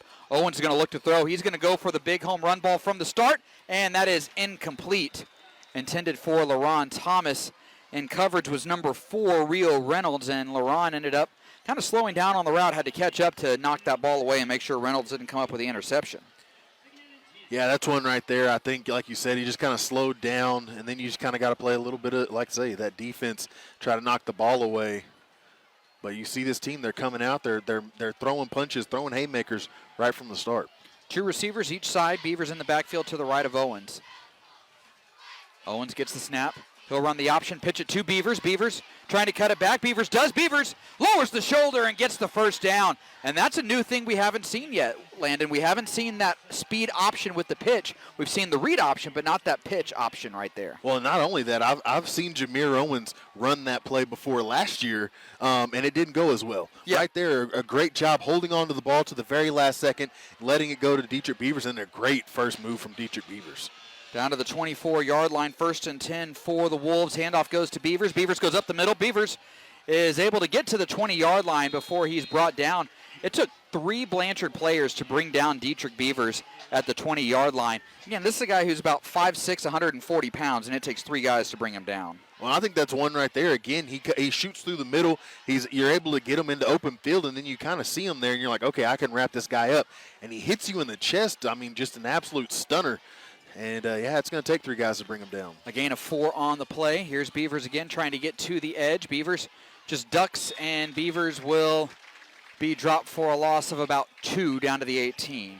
Yeah, and right there, just a great job from the Blanchard the 22. From the Blanchard defensive line, working their way down the line, and then on the outside, the cornerbacks a great job of fighting to the outside, forcing Dietrich Beavers up the middle. They get the stop. 2 receivers each side. I'm guessing this is 4-down territory, Landon. 3rd down and 8. Owens going with the hard count, doing a good job by the Shawnee offensive line not to jump. And now again, 2 receivers each side. Owens gets the snap. He'll look to throw. Owens with time. Goes across the middle, and that's incomplete. Intended for Miller, just a little bit low. And we have a flag on the play. Will be a hold on the Wolves. That's been the issue tonight, Landon. It's been the holding penalties. I don't know if we've had a false start yet on the Wolves. We had the 1 personal foul penalty. It's been the holds that have hurt Shawnee. And I think it's tough because you already have your hands full with that defensive line from Blanchard. They're physical. They work really hard. They really do a great job of getting their hands in there. And, yeah, they're going to go ahead and accept that penalty. Yeah. But you already have your hands full, and then you add on top of that the linebackers blitzing through the gaps, and so that's where you got that holding penalty right there, a guy running in underneath, the offensive lineman just a little late on the play, and you get the holding call. 3rd and 18, ball at the 22-yard line. 2 receivers each side for the Wolves, 1 back in the backfield. Owens gets the snap. He's going to look to throw, trying to set up a screen. Gets it to Citizen. Citizen goes up the middle. Keno trying to break a tackle, and he's wrestled down. Shawnee coaches might have been wanting a face mask penalty, but no flag thrown down to the 28-yard line, and I think you're probably going to have the offense back out here on this play. Yeah, this would be a really long. He's got a strong leg. I don't know if he has this. Well, they're going to run out Rhett Neese. Wow, that's a lot of trust in Rhett Neese. I mean, he has the leg, and you know what? Why not? Hey, you got to trust him sometime. You got to send him out there. You got to trust that he's going to knock these things down. Blanchard will send a guy about 10 yards, 15 yards back just in case Shawnee goes with a fake. But this is a 45-yard attempt. Snap is down. The kick is up. And Rhett Neese, he has the leg. It is no good. I think it just went wide. The little breeze that we do have kind of pushed it just wide. It was a good kick by Rhett, and it was just didn't quite get it. Yeah, again, I mean, he's a guy that you trust. He's got the leg to get it there. Now one thing that he just has to work on is it's just the accuracy of it. But we've seen him knock those down in practice. We've seen him knock those down in warm-ups. That's a kick that he can make, and it had the leg, just wasn't on point. And, I think one reason, too, why you do that is because, yeah, you give him a chance to make it. But, if you don't convert on 4th down, then they're going to get the ball in better field position. If he misses, which he did, then they get the ball at the 20, as long as it makes it to the end zone, which it did. So 1st and 10 for Blanchard at the 20. Here's Carter in motion. They'll hand the ball off. No, it'll be Cooksey who keeps it. Cooksey with blockers in front of him is brought down from behind. Lance Williams with the tackle for the Wolves, but a gain of 15 for Cooksey up to the 35-yard line. Yeah, and right there, Shawnee again just trying to answer for that first half where Carter has a massive first half out on the edge. They get out there. They try to beat him there. Unfortunately, Cooksey pulls it. He's able to get a good gain. 1st and 10 for Blanchard as they kind of push the tempo a little bit now. 3 receivers to the right, 1 to the left. Cooksey gets the snap. Handoff goes to Howell, and Howell is wrapped up. He's brought down after a gain of 4. As Delmone Miller, I think, made the tackle on the play. Or, excuse me, Demario Joyner made the tackle. Yeah, and again, this defensive line, they're going to have to keep their pads low. You get your head up. This offensive line from Blanchard, they're good enough. They're going to be able to push you 5-6 yards down the field. Yeah, they're big boys. They're strong. 3 receivers to the right, 1 to the left again for Blanchard. 1 back in the backfield. Shawnee showing blitz. Here comes the blitz. Pass goes across the middle to Pierce, and Pierce makes the grab. A good grab by Pierce as Beavers made the tackle.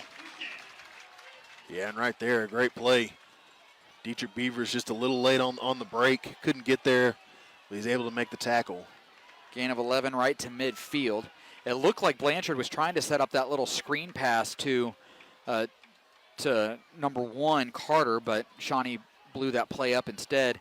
He was able to complete the slant. Here is Cooksey again. He keeps it, and Cooksey's wrapped up. Gains maybe 1 into Shawnee territory as he's brought down by Ryan High. And right there, just a great job staying home. Again, the defensive line, one thing that they have done a good job of in answering that outside play, that outside jet sweep that Blanchard likes to run with the read option, is they've kept the offensive line off the linebackers. Ryan High able to get in there and stay home and make the tackle on Cooksey as he pulls it and runs up the middle. Under 7.5 to go here in this third quarter of play. Shawnee up 24-20, 2nd and 9 for Blanchard. 3 receivers to the left, 1 to the right. Carter in motion, and it will be Cooksey looking to throw. Cooksey's going to air this one out deep, trying to hit Pierce, and incomplete. Pierce did get behind Beavers that time, and he would have been able to run away from Beavers, just a bit too strong on the pass from Cooksey. And that will be an incomplete pass, and it'll bring up 3rd down. Yeah, Pierce a little slow getting up from that one. That's one where you lay out for it, get the wind knocked out of you. Yeah. But Beavers has been in his hip pocket all night long right there for the first time. We finally get to see Pierce sort of really break out and get behind him, and luckily it falls to the ground. 2 receivers each side, 3rd and 9 for Blanchard. There's a handoff to Howell. Howell goes up the middle, and Howell is wrapped up immediately. And that's a gain of just 1. Ryan High, Demario Joyner making the tackle. I think that's one where they're trying to see if they can get a few yards and maybe make 4th down manageable. But now, after that, we'll see what Blanchard decides to do. Again, Cooksey is the punter, so it's, it'll be interesting to see if they decide to punt it away. Well, and we've talked about the aggressiveness of the Shawnee defense over the past few weeks. Right now on 3rd down, they're just committing to blitzing the play. They're going to come out with 2 receivers each side. Shawnee showing a blitz. And Cooksey's going to throw. Shawnee coming with the blitz. Cooksey just lobs this one up, and that is incomplete. Again, the receiver Carter got behind the defense there, but a perfectly timed blitz by Ryan High, and Cooksey just threw it away. And he tried to give his guy Carter enough time to get underneath it, and Carter almost did, but it's going to fall incomplete.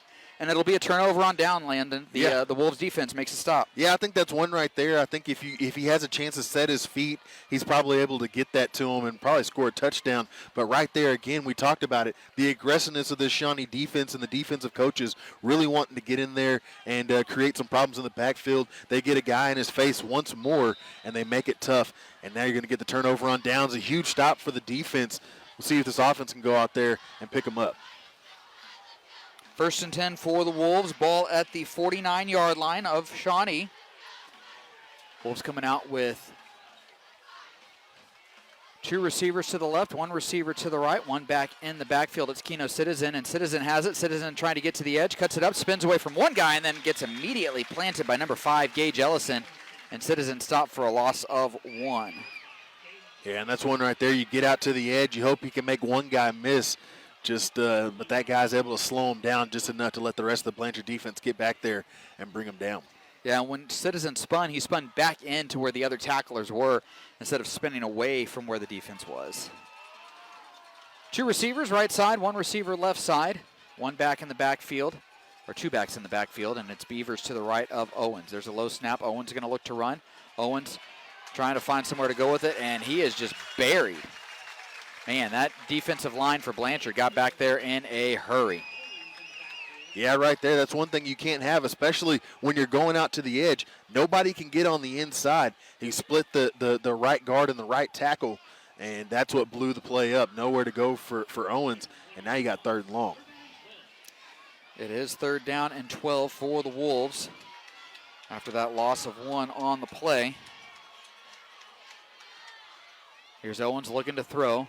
Owens will step up. Owens has it knocked away, and it is intercepted. It will be Blanchard ball as Owens was hit as he tried to throw it, and it was picked off by the Lions. And the Shawnee coaching staff going nuts. They think the ball hit the ground. It looked like the way the fans reacted that the ball hit the ground. We didn't really have a good view of it, Landon, because of the way that just all the players were. Yeah. But it sounded like from the Shawnee or from the Blanchard fans, they thought it hit the ground. Yeah, but it'll be a pick. And again, one of those plays where you just don't give them enough time to get the ball off. Ball hangs up in the air, and they're able to get the turnover. At the 45-yard line in Shawnee territory is where Blanchard takes over. And Cooksey with an empty backfield. Two receivers each side, a H-back to the right. Here's Cooksey looking to throw. Cooksey with time. He's going to air this one out, trying to get it to Carter, and Carter makes the grab, and Carter into the end zone for the Blanchard touchdown. And right there, Landon, you said if he had time to set his feet, he probably hits it. He had time to set his feet, and he delivered a strike. Yeah, right there, pretty much the same play. I mean, they went right back to it, get the one-on-one with Kiefer Landis, and just able to dump one over the top, get the touchdown. Excuse me. Landis has speed, but he doesn't have the kind of speed that it takes to keep up with Braden Carter. I mean, that guy is very, very fast. I'm guessing he runs track in the spring. Alex Price on to attempt the extra point. Her kick is up, and her kick is good. So Price knocks through the extra point. And Blanchard back up by 3, 27-24 in a game that's going back and forth, Landon. Yeah, the Shawnee offense, they've done a great job of moving the ball. They haven't been able to finish off a drive. That last drive, the first one where it really just stalled since the first quarter. Unfortunately, you get the turnover, and then first play from scrimmage, you go out there and give up a touchdown. This defense did a great job picking up the offense after the missed field goal, and now you gave up a touchdown. So we'll see what this offense can do, see if they can finally put one in the end zone. They're going to have to answer here because you don't want this Blanchard team to get hot. Yeah, exactly. You don't want that Blanchard team to get hot. And with a play like that, a 35-yard touchdown, that's a good way for a team to get hot by hitting a 45-yard touchdown. That's a good way for a team to get hot is by hitting on a big play like that and a big design play like that too. And so the Wolves will need to do something here offensively. You want to get the run game going. You want to try. I mean, they want balance. They want to try to keep this run game going, but they've got to figure out a way to somehow free Beavers because it's just not working. Do you maybe run out there with that kind of jumbo package and with Jameer Owens and know that you're probably not going to break off a 30-yard run, but also know that, hey, with those blockers in front of him, he's going to pick up 3-4 yards every time? I think so. I mean, I think that's one thing that you can look at. But there's been a few plays where the offensive line has done their job, and Dietrich Beavers is able to kind of scoot forward and find space. It's just been few and far between tonight. Number 15, Osman Maldonado on to kick the ball away. We did see Ejon Thomas with a really big return last time. We'll see who for the Wolves gets an opportunity to return it here. Maldonado squibs it, and it's taken by LaRon Thomas. He just grabbed that out of the air, and he's wrestled down, nowhere to go. I think he was kind of, and we have some pushing and shoving after the play as LaRon Thomas got up and gave one of the Blanchard players a shove after I think he got shoved at the bottom of the pile. Yeah, again, just a little bit of pushing and shoving. The Shawnee coaching staff's going to have to get a hold of this Shawnee team and just try to keep them calm. They're just going to have to try to keep their players calm because so far tonight, the only people that have gotten any excessive after the play penalties has been on Shawnee. Yeah. It will be Shawnee ball at the 41-yard line. Thomas caught that, by the way, like right at the 41, and I think it surprised him that it hit him basically right in the chest, and so He just kind of ran laterally before he was brought down. 2 receivers each side for the Wolves. Owens in the backfield. There's a low snap. Owens looking to throw. He has time. A quick pass. That pass is caught by Ejon Thomas at the 45-yard line. A good 4-yard gain right there. And that's okay too, Landon. You know, you don't have to hit on a big pass play every single time. Sometimes it's good just pick up 4 or 5 yards and keep the drive going in front or going forward. Stay on schedule. Stay ahead of the chains. Do whatever you got to do. Keep that ball moving. And the faster the pass, the less time the offensive line has to hold. Owens going to roll out. Now Owens having to reverse course. Owens gets a good block. Owens, and they're going to throw a flag on LaRon Thomas for it. An illegal blindside block. Owens ended up gaining no ground. Yeah, and that's one right there. Unfortunately, you know, you kind of get put in a bad position where you have to protect your ball carrier who has the ball, and you just kind of have to almost set a pick. You just have to kind of bump into him. You can't really knock him out like you used to be able to, and yeah, that'll bring him back on that blindside block. So personal foul, illegal blindside block called on LaRon Thomas, and that'll back Shawnee up all the way to the 30.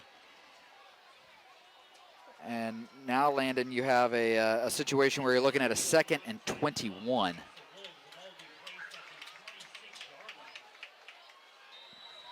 Well, they called that. Well, they moved that way back. I guess they called it from the spot of the foul because Shawnee's back at the 26. So it's a really, it's 3rd and 25. Another low snap that Owens picks up off the ground, dumps it out to Beavers. Beavers gang tackled, and he's going to lose a few yards. And this Blanchard crowd's getting into it. This Blanchard sideline's getting into it, Landon, and the Wolves kind of feel like they might be a little bit on the edge here. Yeah, I think this is one, again, you got to come out of the locker room ready to go. I think probably the first couple of drives, you come out, you're ready to go. Offense, you get all the way down there, and, yeah, a couple of penalties derail that drive. You get the field goal, you miss it, but your defense goes out there and get the turnover on downs. And since that moment, since the defense went out there and got that stop, Blanchard has come out and really changed the energy and changed momentum into their favor.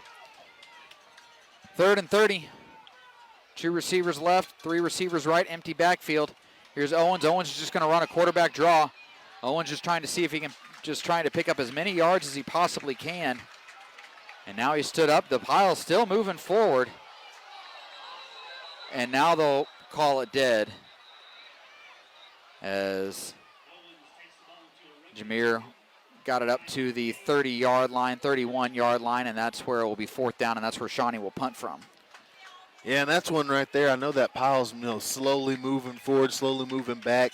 You got to blow the whistle at some point. I mean, especially with it getting chippy like it has. Yeah, and that's how you get people hurt, especially, it's 2nd and 30. or 3rd and 30 on that play.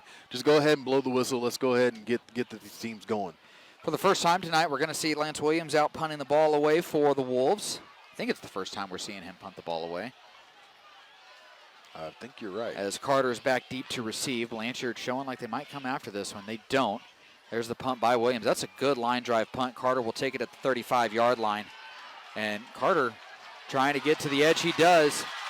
Carter cutting it back. Carter getting some blocks. And Carter is going to be wrestled down by Williams at the 35-yard line. It looked like that Blanchard got away with a hold on that kick coverage. Yeah, a little bit. Kiefer Landis didn't really know where the ball was. Yeah. He was down there trying to field it, and I think that's kind of where that hold sort of comes in, where he realizes where the ball is, and the guy still got a hold of his jersey. Down to the 33-yard line. In Shawnee territory, so Blanchard, good field position. We'll see if they go for a big play here to start this drive at the 33.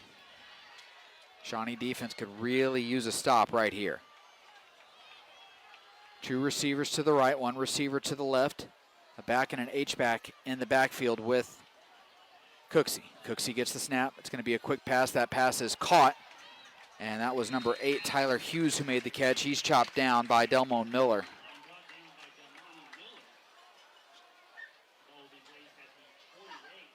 Down to the 28-yard line, a gain of 5. Makes it 2nd down and 5. Yeah, and just a quick hitter, get it out to your guy, see what he can get. Gets a pretty good gain out of it. Blanchard taking some time. Two receivers and H-back to the right side, one receiver to the left. McIntyre in the backfield with Cooksey. Cooksey gets the snap, another quick throw. That pass again out to Hughes, and Hughes just runs over Kiefer Landis, and Landis is hurt. I mean, Landis went up to make the hit, and Hughes just absolutely ran him over. And now we have an injury timeout for Kiefer Landis. 1:28 to go here in the third quarter. We will take a timeout as well. Wolves down by 3, 27-24 here on Classic Hits, KGFF. Score a great deal from Domino's Pizza in Shawnee with their mix and match deals for $6.99 each. Pizza, hot wings, sandwiches, pasta, specialty breads, desserts, and so much more. Kick off the season right and have it delivered right to your home. Don't punt on the coupon finder, drinks, or sauces. Domino's Pizza in Shawnee. Log on to dominospizza.com. For many years, most people in the midst of arranging a funeral have had only two choices, cremation or burial. But there is a third option available, aquamation or flameless cremation. McAleer and Owens Funeral Group offers this environmentally friendly, less costly alternative to traditional cremation or burial. Mike McAleer or Robert Owens would be glad to discuss this water-based, sustainable method of final disposition with you. Call McAleer and Owens today at 405-695-5006 or stop by 5106 North Harrison in Shawnee. Shawnee Wolves football is on Classic Hits, KGFF. Kiefer Landis still down on the field, and he immediately started grabbing at his head. A scary sight on that play. He went to make the tackle, and number 8 for Blanchard, Tyler Hughes, he lowered his shoulder, and when he did, it looked like he caught Landis in the chin, and his head just kind of went back and landed. That's a scary sight to see. Yeah, you hate to see that. You hate to see when a guy goes down like that because it's so scary. This is one of those games that, you know, these things happen quite a bit, but you always hate to see it. You're just hoping that he's doing okay down there.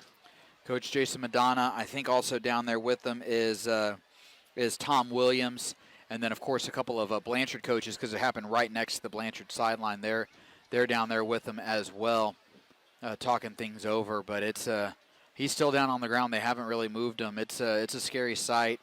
And I know if you're, a friend of Kiefer or of his family, if you're a family member who's listening, I know you're probably very concerned, and we're concerned too. And when we find out more about, his health, we'll try to pass that along. But a scary sight here in Blanchard is Kiefer Landis still down on the field due to injury. 1:28 to go here in the third quarter. Wolves down by 3, 27-24. Let's go ahead and take another timeout, Landon. And when we get back, hopefully we'll be a little bit closer to action. This is Shawnee football here on KGFF. Hey, Shawnee fans, Finley and Cook CPAs is proud to be part of the Wolves Pack for over 75 years. From the heart of Shawnee, Oklahoma, we've seen legends rise and unforgettable moments shine on the field and court.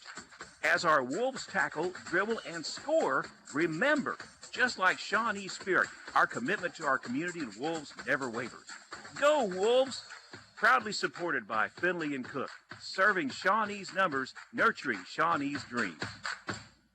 Hey there, local sports fans and community champions. Are you ready to show your true colors and support the Shawnee Wolves? Look no further than Sovereign Bank. When you bank with Sovereign, you're not just a customer, you're a teammate in the game of community success. Sovereign is not just cheering from the sidelines, they're in the huddle, backing every play, every victory. Your deposits with Sovereign directly fund dreams for Shawnee students. Switch to Sovereign Bank today and let's score big together. Sovereign Bank, proud sponsor of Shawnee Athletics. Member FDIC, Equal Housing Lender. Shawnee Wolves football is on Classic Hits, KGFF. Welcome back to Blanchard, and we are having Kiefer Landis about to be put up on the stretcher and be taken away on a stretcher. And Landon, football, it's a violent game. I mean, it's fun to be out here on Friday nights. The town comes out. There's a lot of passion. There's a lot of, bonding that happens at football games. But ultimately, the kids that are out on the field, and this goes to all levels of football, from the kids who are playing when they're 6, 7, 8 years old, all the way up to the professionals. it's a violent game that's being played, and unfortunately, football, more than most sports, have these kind of injuries where it's a head, neck injury, and it's one of those that's just, it's very scary, and all you can do is just hope and pray for the best. Yeah, this is tough. I mean, it's always tough, when you see guys go down like that. But it hurts to see when you see that stretcher come out, that gurney come out, and it's like, oh man, this is really serious. They've removed the face mask. They just threw that to the side. Face masks now are generally just kind of screwed on, and so they're easy to remove, but they'll keep his helmet on because obviously they don't want to. They'll keep the hat part of his helmet on because they don't want to, disturb the head and neck too much. But it's, as they bring out a backboard now and everything too, it's just a scary situation, and I think those are his parents that have run down onto the field from the Shawnee stands as Coach Lance Williams is pulling them to the side, talking to them. And Landon, you and I are both parents. Our kids are little. I can only imagine what's going through their minds right now. It's got to be absolutely terrifying. Yeah, I mean, this is not good. This is, this is just tough. And I think too, just talking about the violence of this game, it happened on a relatively normal play, and looking at it in full speed, it didn't look like he did anything he wasn't supposed to do. He squared up, he sat down like he's supposed to, he was looking at his target. It just so happened that his target was able to get a little bit lower and hit him in just the wrong way. And that's what's really scary, is that you can do everything right and something like this still happens. Yeah. We're going to take another timeout as they are still working here on Kiefer Landis. This is Shawnee football here on Classic Hits, KGFF. Oklahoma's first and only advanced green technology in water-based pet cremation. It's the mission of Pause to Remember, to provide caring, loving, and compassionate services to our families experiencing the loss of a beloved pet. When it's time to cross that rainbow bridge, Pause to Remember can provide the services you need. Call them at 405-695-006 or stop in at 5106 North Harrison. Pause to Remember, a service of McElroy and Owens of Shawnee. Harrison Discount Pharmacy opened its doors in 1986. David Nicholas and his friendly staff have been serving Shawnee residents with quick refills plus handling transfer prescriptions with ease. Medicare billing can be complicated. Don't stress. The Harrison Discount Pharmacy staff are experienced in all aspects of billing. Enjoy competitive pricing, flu shots, and local delivery. Call in your prescription 24/7 to 405-273-9906. Shawnee Wolves football is on Classic Hits, KGFF. Welcome back inside Blanchard High School. Chris Cox here alongside Landon Green. It looks like Landon, from what we can tell, it looks like they might have him on the backboard and they're getting set to load him on the stretcher, but just a very scary sight here. And we've been doing this for a long time. We've been calling games together for a long time. I've been doing it here at Shawnee since 2010, and there's only been a couple of these instances, but every time it's scary. I mean, guys get hurt, but when you see something like this, it's scary. Yeah, and it's something that from every angle. It doesn't matter, who you're here to root for. It doesn't matter, what you're here to do. When you see guys go down like that, when you see the fire department, the EMTs come out and have to bring out all of the equipment that they bring out. It's just it's a tough sight. Yeah, it really is. And like you said, EMTs, every school has, every game has EMTs on site, and the EMTs that are here are down on the field. Just about all the coaches are trained. They might not be, athletic trainers, but they are, but they have some sort of training when it comes to this kind of stuff. And I believe Tom Williams, who's down there as well, I think he's a police officer. and so as his quote unquote day job, and so he obviously has a lot of training in this kind of stuff as well. So it's good to see the people who are down there and have this experience kind of taking over, but it's still always very, very scary when something like this happens. Yeah, I mean, like I say, you see all these guys out here, and yeah, I mean, it was just it's crazy how quickly it can happen too. Yeah. I mean, it's just like one of those things, like you said, you're just trying to make a play on the ball, and next thing you know, you're trying to figure out what's going on. And it was a clean play by everybody involved. It wasn't a late hit. It wasn't it wasn't somebody going head hunting or anything like that. It was a clean play, and it was just a play that's a scary play. They have him up on the backboard, and they are getting him strapped to the stretcher. There is an ambulance. It's been here all game. It's just outside the fence here at Oscar Brooks the Oscar Brooks Sports Complex. I would imagine he's going to go straight in there, and I would imagine go to the closest hospital. They do have Landis up on the backboard. You hear the applause from the crowd as he's being taken off. His family in tow, and that's, again, just a scary, scary sight for his family.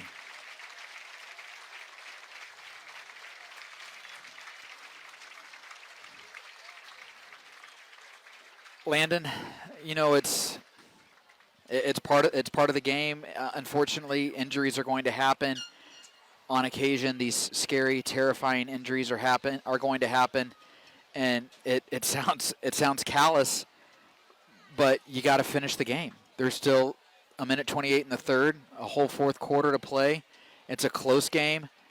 I mean, as one of his teammates, how do you refocus and continue to play, because you just saw something like this happen to one of your good friends, maybe somebody you consider to be a brother, one of your teammates, and now you have to somehow play. I mean, how? I mean, these are young guys. It's not easy. I think it just comes down to the coach getting his guys together and just trying his best to reach them and just try to keep them focused. We are getting back to action, and here is a handoff to McIntyre. He'll go up the middle, and he's wrestled down by Skelton after a gain of about 4.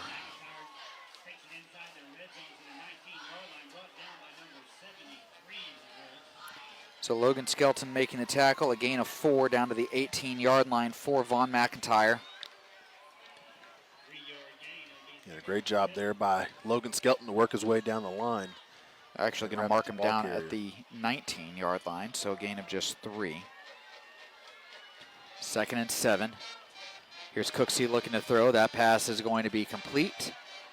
And the tight end, he started to go backwards and then just kind of turned forward. And at 6'3", Perryman was able to just kind of lean forward and pick up about 3 yards. Yeah, an interesting play there. Like you said, started to go backwards, and then like you said, that will make some things happen and at least get something out of it. Down to the 15, a gain of 4. Makes it 3rd down and 3.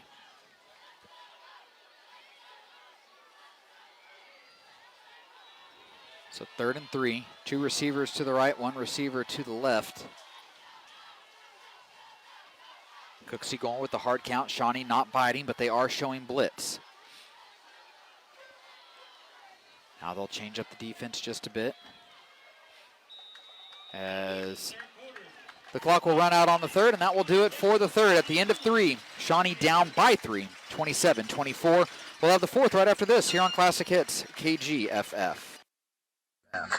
Fire Lake Corner Store takes pride in providing clean and well-lit pumps, ensuring a safe and comfortable experience for everyone. They also offer a wide selection of snacks and drinks, hot or cold, to satisfy your cravings on the go. Sign up for Fire Lake Perks and Payback program. With every purchase you make, you'll earn valuable points you can redeem for gasoline. Fire Lake Corner Store, your one-stop destination for fuel, snacks, and drinks on the corner of Hardesty Road and Gordon Cooper Drive.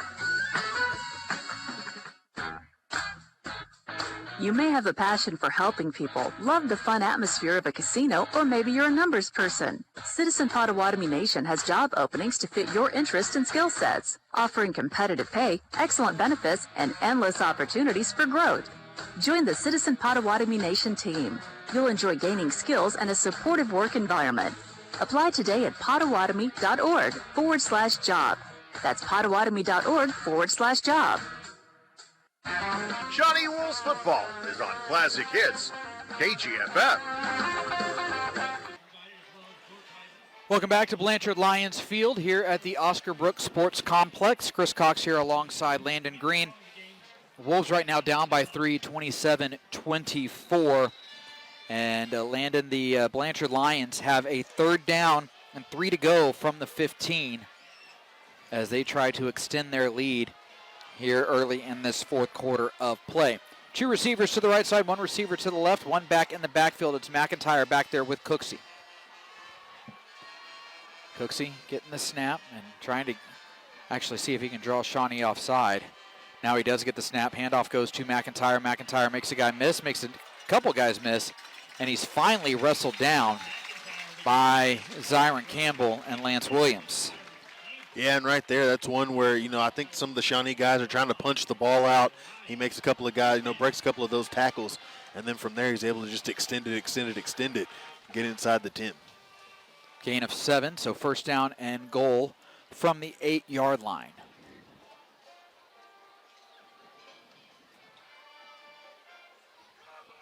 First and goal from the 8. 2 receivers to the left, 1 receiver to the right. Carter goes in motion. They'll hand the ball off to Carter. No, it's going to be Cooksey who keeps it. And Cooksey dives into the end zone for the touchdown. And he extends the Blanchard lead now out to 9 with the extra point pending. And right there, just again, in the first half, you really got beat for most of the first half on that jet sweep read that they like to get to Carter. So far in this half, Cooksey's pulled it every time. They're able to get a good gain right there. Scores a touchdown. Alex Price on to attempt the extra point. High snap. Her kick is up, and her kick is good. So Alex Price knocks through the extra point, makes it a 10-point game, 34-24. And Landon, the Wolves with some work to do here in this 4th quarter. We saw in that 3rd quarter their offense just really couldn't get anything going. Their 4th quarter has to find, this 4th quarter, the offense has to find something. Well, and not only that, but in that 3rd quarter, Blanchard a really great job of running clock. Yeah. I mean, once they got the ball, they've kind of just been in the driver's seat for most of this half.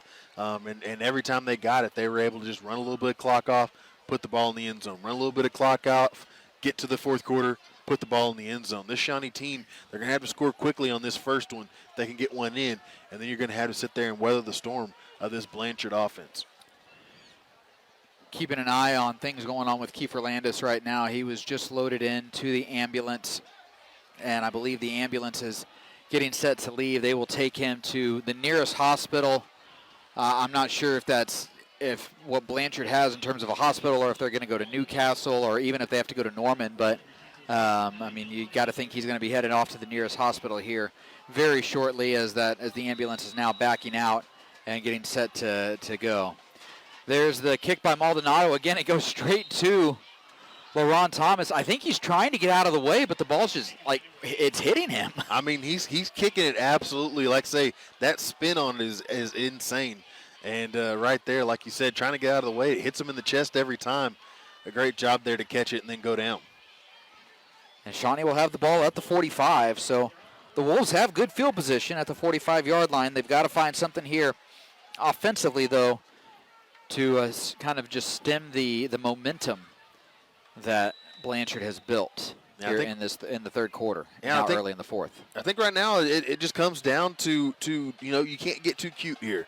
You just got to go in there, do what you did in the first half that got you so successful, and rely on your guys to make the plays. 2 receivers to the right, 1 receiver to the left, 1 back in the backfield. Owens gets the snap. Owens is going to look to throw. He has Ejon Thomas wide open down the middle of the field. Thomas with the catch, and Ejon trying to make a guy miss. He's going to be brought down at the 4-yard line, but a big pass play right there to Ejon Thomas for the first down, and Shawnee now in position with 1st and goal from the 6. Yeah, and right there, just a double move, able to sort of settle it, or to sell it there. Ejon Thomas, a great play to get down the field, and then a great pass from Jameer Owens.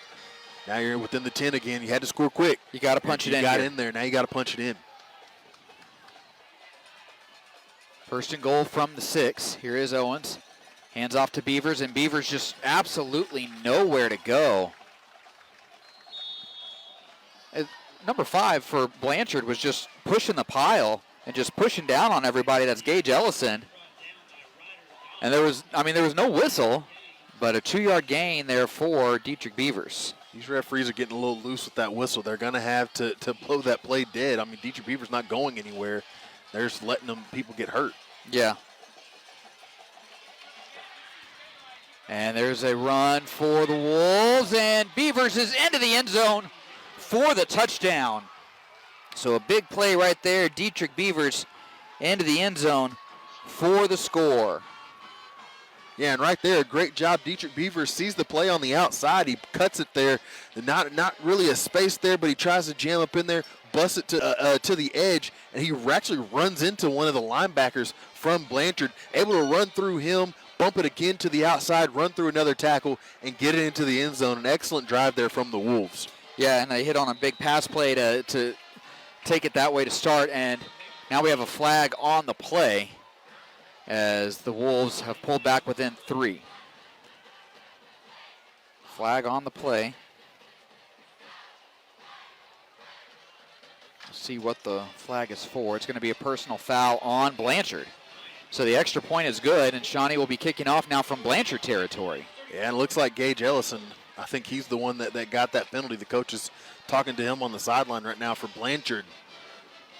But again, we got two teams right now getting chippy after the play. But beside that, a great offensive drive from Shawnee. You go down, you got to score quickly. You get a great pass play, and then a couple of great run plays to put yourself in a position. Now you're just down 3. Landon, right here with Shawnee kicking off at the Blanchard 45-yard line. Do you, and this is just a thought, do you maybe go with an onside kick, see if you can just get something there, because that way you're going to keep it away from their dangerous returners for sure, and also maybe you catch them off guard. I think it's worth it. I think it's one of those things, like, say, no matter what, you're going to end up, depending on how all the return goes and everything, but you're looking at if you don't get it, yeah, hey, they get it at the 35, they were going to get it there anyway. But I mean, if you do get it, hey, you're in great field position. Unless they're confident that Rhett Neese can boot it into the end zone. Yeah, and which he's got a strong leg. I yeah. mean, you got to think he probably, if he can't, he probably can get it really, really close. But yeah, it'll be interesting to see what they try here. Of course, it's harder to get those onside kicks now with the rules about guys not only being able to take a 5-yard run and that kind of stuff. And it looks like they're just going to let Rhett Neese see if he can just try to blast this one into the end zone. And he does, and that's a good kick, and that will be a touchback as Pierce took it in the end zone. And so a touchback for the Wolves. So that one will work for Shawnee as Blanchard will start at the 20-yard line. Well, let's see what this defense can do so far in this second half. Blanchard pretty much doing whatever they want to do. They're able to run the clock. So we'll see if this defense can stop them, get Blanchard to get off schedule, keep him behind the chains, and then force them into a position to where they have to give you the ball back. I'm surprised, Landon, and this is not anything having to do necessarily with this game. I'm surprised that high school hasn't changed the rule to where touchbacks come out to the 25 now. Yeah. 2 receivers each side. Carter coming in motion, and now he'll go back and they'll run the option. It'll be Cooksey. Cooksey will pitch it off to Carter, and he's wrapped up. A good play by number 11 for the Wolves. That's Toby Gray. He read that perfectly, and he dropped Carter for a loss of 1. Well, one thing they've been doing on defense, they've been bringing Toby Gray up to the line. He's sort of playing defensive end. And then what they'll do is they'll bring DeMario Joyner over, and he'll sort of play that edge. And so right there, able to get Toby Gray, an extremely athletic linebacker, and put him in a position where he gets to read both of those. And on the option, he's able to eat it up. 6'2", 215. He's a big guy, and he is athletic. 3 receivers to the left, 1 to the right. Here's Cooksey looking to throw. Cooksey with time, goes across the middle, and that pass is going to be caught, and that will be a first down as number 11, Cole Watkins, made the catch. We have a flag on the play. I think that's kind of in that position of holding. That's what it is. And it is going to be a hold. So Shawnee catches a break there, as Watkins would have had it all the way out to the 40-yard line, but it will be a hold, and that'll back up Blanchard. Well, I'll tell you what, on that one, something we haven't seen too much tonight, Shawnee only bringing the 3 down linemen. And DeMario Joyner, he's had a tough time getting into the backfield tonight. But one thing he is, no matter what night he's playing, he's a tough guy to stop in the pass game. And that was a long pass play. Things had to develop downfield before Cooksey could get the ball out. And DeMario Joyner really making it tough on those tackles and that guard on the right side. And that's where you get that holding penalty. That'll back up Blanchard to the 10-yard line. So it'll be 2nd down and 20 from the 10-yard line. 3 receivers to the right, 1 receiver to the left, 1 back in the backfield. Here's Cooksey looking to throw, trying to set up a quick pass. That's Price, makes the catch. Price trying to cut it upfield. Price tripped up, but he's able to stay on his feet. And Price gets up to the 25-yard line, finally brought down by number 23, I think, Lance Williams for the Wolves. And that's one of those, you just basically catch it, throw it out to Pierce, see what he's got out there, and right there, just get the ball in his hands and see what he can do. He's able to get a pretty good gain there on 2nd down, make this 3rd and manageable. Wolves had a couple opportunities to bring him down and keep that gain to a minimum, but Price able to stay on his feet and use that speed. Yeah, he's a bigger guy, 6 foot 175, tough to bring down in the open field. 2 receivers to the right, 1 receiver to the left, 1 back in the backfield. Here's Cooksey looking to throw. Shawnee brings the pressure. They dump it out to McIntyre. McIntyre is tripped up, and it's right at the line to gain as Zyron Campbell made the tackle. McIntyre got just enough as he was able to get to the 31 for a first down. Yeah, and right there, the Wolves just a little over-aggressive, able to dump it over the top of the safety valve. A great open field tackle by Zyron Campbell. That'll be a first down for Blanchard. 1st and 10 for Blanchard, ball at the 31. 2 receivers to the right, 1 receiver to the left. Handoff goes to McIntyre. McIntyre goes up the middle, and McIntyre is planted after a gain of 4 by Jamar Favors. Yeah, Jamar Favors a great job of holding up the line right there. Just getting his hands on the guy, bringing him down. Gain of 4 on the play. 2nd down and 6. Blanchard showed a little bit of pace in the 3rd quarter. They're slowing it down here a bit in the 4th. 2 receivers to the right, 1 receiver to the left. Cooksey gets the snap, and it's a handoff going to McIntyre. McIntyre cuts it back up, and McIntyre is going to be stopped. Got a very generous spot right there at the 41-yard line. He should have been stopped. He should have been marked down, I think, at the 40, Landon. That's a very generous spot. Yeah, I don't know. Referee, the line judge was behind the play as he went down. And, yeah, I thought he went down at the 40. They gave him the 41, and that's a first down. Joyner hit him from behind, so he did fall forward, but it really looked like he was at the 40-yard line. 2 receivers to the right, 3 receivers to the left, nobody in the backfield, and now Cooksey will bring Carter in motion. Cooksey's going to keep it, and Cooksey goes up the middle, and he's brought down by, I believe, Jason Hare making the tackle. And again, right there, just reading what he's got in front of him. A massive hole up the middle. And Shawnee right now just trying to sub out their defensive lineman just to get him some air. It's tough whenever you got to go both ways for some of these guys. 1st and 10 for the Lions in Shawnee territory at the 48-yard line.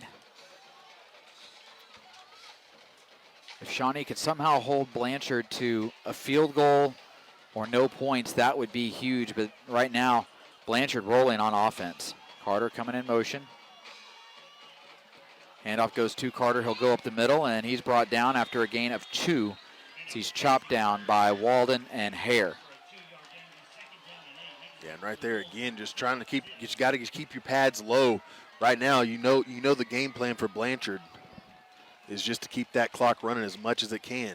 You got to keep your pads low, get to the backfield, and try to get a stop here, force them into 3rd and long, make them make a decision whether they want to pass the ball or just keep that clock moving. 2nd down, 8 to go.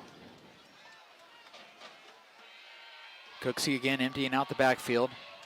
2 receivers, a H-back to the left, 2 receivers to the right. Now Carter coming in motion, goes behind Cooksey. Handoff goes, no, it's going to be Cooksey dumping it off to Perriman, and Perriman chopped down by Thomas, but Perriman able to lunge forward and get the 1st down. Yeah, and again right there, just a lot of space out there, able to dump it over the top. And Shawnee tried to get out there, get the stop, but he's able to, again, a big guy, able to fall forward. Shawnee down by 3, 34-31. Under 6 minutes to go here in this 4th quarter of play, 5:40 remaining in the 4th. There's a handoff to Carter. Carter trying to get to the edge. And Carter is going to be brought down by Williams. Gain of 7. Got the strobe light going. We do have the strobe light going. The little graphic they had on the scoreboard, it was not for people who have sensitive eyes. Yeah, you got to have a warning before you put that thing out there. Yeah. But no, on that play, I mean, again, just Blanchard getting out to the edge. Carter, a tough guy to bring down, tough guy to catch up with. And I think the Shawnee defense right now, the goal is to get the ball out. 2 receivers to the right, 1 receiver to the left. Cooksey will turn around, hand the ball off. That is McIntyre, I believe, on the run. And he was wrestled down right at the line of scrimmage by Williams. Yeah, and again, a great job there. This offensive line, a great offensive line, one of the best probably in the state if we were to quantify it. And right now, Lance Williams doing a great job of really fighting them off, working down the line and making some tackles. Down to the 30-yard line, or it's 3rd and 3 at the 30 for Blanchard. 2 receivers to the left, 1 receiver to the right. 1 back in the backfield, Carter. Went in motion, Cooksey tried to see if he could get Shawnee to jump. Shawnee not biting. Cooksey gets the snap. Cooksey hands off to McIntyre. And McIntyre, it's all going to depend on the spot. He's going to be a yard shy. And so it'll bring up 4th down. Yeah, I think right here, I think if you're Blanchard, you've been running the ball so well. There's no way. They're going to stop it for a measurement as it really looked like that he was going to be short. I mean, you have to bring the chains all the way from the opposite end. Again, I think we talked about this last game, Landon, and I'm going to ask again. It's 2023. Why can't we have chains on both sides of the field? Yeah, that's a good question. It seems like something that would be easy to do. The best thing I can tell you, people like their traditions. That's about all I can give you right now. I have no idea. Well, sometimes traditions need to change for the better. Yeah. And he is going to be short. So we'll bring up 4th down and 1. 3:56 to go here, Landon. 4th and short. The Wolves defense needs to get a stop. The Wolves fans traveled pretty well to this game. It's about an hour and a half from Shawnee. So they traveled, made the trip across Highway 9 and then a little bit south. So we got a good Shawnee crowd here. They're going to need to come up with a stop right here on 4th down and inches. I mean, if I'm Blanchard, honestly, I'm not going to do anything. I'm not going to do anything cute. I'm probably just going to get Cooksey and try to see if I can just push him forward. I mean, we saw in Thursday Night Football last night with the Eagles, just Jalen Hurts getting right under center, everybody surrounding him and literally just like lifting him up and carrying him forward. They have McIntyre back there with Cooksey. Shawnee getting everybody at the line of scrimmage. And Cooksey got Shawnee to jump. Jamar Favors jumping off sides, and that is a brutal penalty for the Wolves. Man. Brutal penalty. Yeah, right there, just, we talk about the struggles on offense as far as mental mistakes. Right there, a mental mistake on defense keeps this drive going for Blanchard. It keeps that clock moving. Now if you're the Shawnee coaches, you're looking at those timeouts, just thinking about when you're going to have to start using them. Blanchard's play clock is running way down there. Blanchard's going to have to call a timeout. And Blanchard just gets it off in time, and Cooksey's just going to run, and Cooksey is pushed out of bounds after a gain of about 5. Ron Thomas making the tackle. Yeah, and right there, like you said, just trying to get the ball off quick, get out to the outside, and right now Blanchard, again, one good thing that happened on that play, he ran out of bounds and stopped the clock. 2nd and 7, ball at the 19-yard line. 3:15 to go here in this one. Shawnee's got to keep Blanchard out of here. I don't know if there's enough time for 2 possessions, just with as hard as it is to get a onside kick if Shawnee were to score. There goes Cooksey on the keeper, and Cooksey's wrapped up in a good tackle right there by Hare, keeping Cooksey to just a gain of 1, and that'll bring up 3rd down. And right there, again, you get to see the offensive line, or not the offensive line, rather, the linebacking core for Shawnee has really shown up tonight. Toby Gray, Ryan High, and Jason Hare right there. Great play by Hare to get in the backfield and get a tackle. It's 3rd and manageable. See if Shawnee can get a stop. Clock is running. Down to 2:40. If Blanchard runs this clock all the way down, they'll be able to run it down to about 2:20 before they snap the ball. 3rd down, 6 to go, ball at the 18 for Blanchard. There's the snap. Cooksey's going to look to throw. Cooksey running the wheel route, and Cooksey's pass is up, and it is incomplete. And that stops the clock, and it brings up 4th down. Number 7 for the Wolves, Kevin Tyner, in coverage. And now we have 4th down, Landon. Offense is going to stay on the field for Blanchard. Wolves need to come up with one more stop. Yeah, this is a big play right here. This is something that could very well change the trajectory of the game if you get a stop here. Yeah, you get a stop here. You have all 3 timeouts and 2:20 to go to try to go win the game. 3 receivers to the right side, 2 receivers to the left. Empty backfield for Cooksey. He can run, so you also have to be aware of the quarterback draw.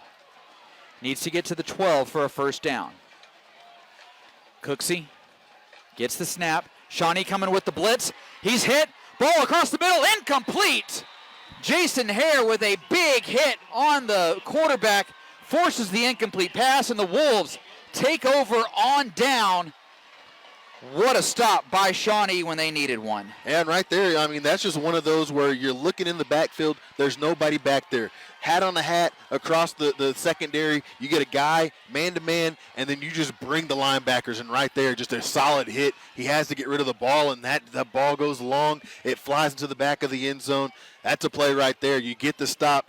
You have all 3 timeouts, 2:15 left in this game. You have a chance here to go down and put a score on the board and put yourself in a great position. Shawnee defensive coordinator Mike Blitch, he loves bringing pressure. He knows that's going to leave his secondary in some tough spots, but he trusted his guys right there, and Shawnee came up with the big stop.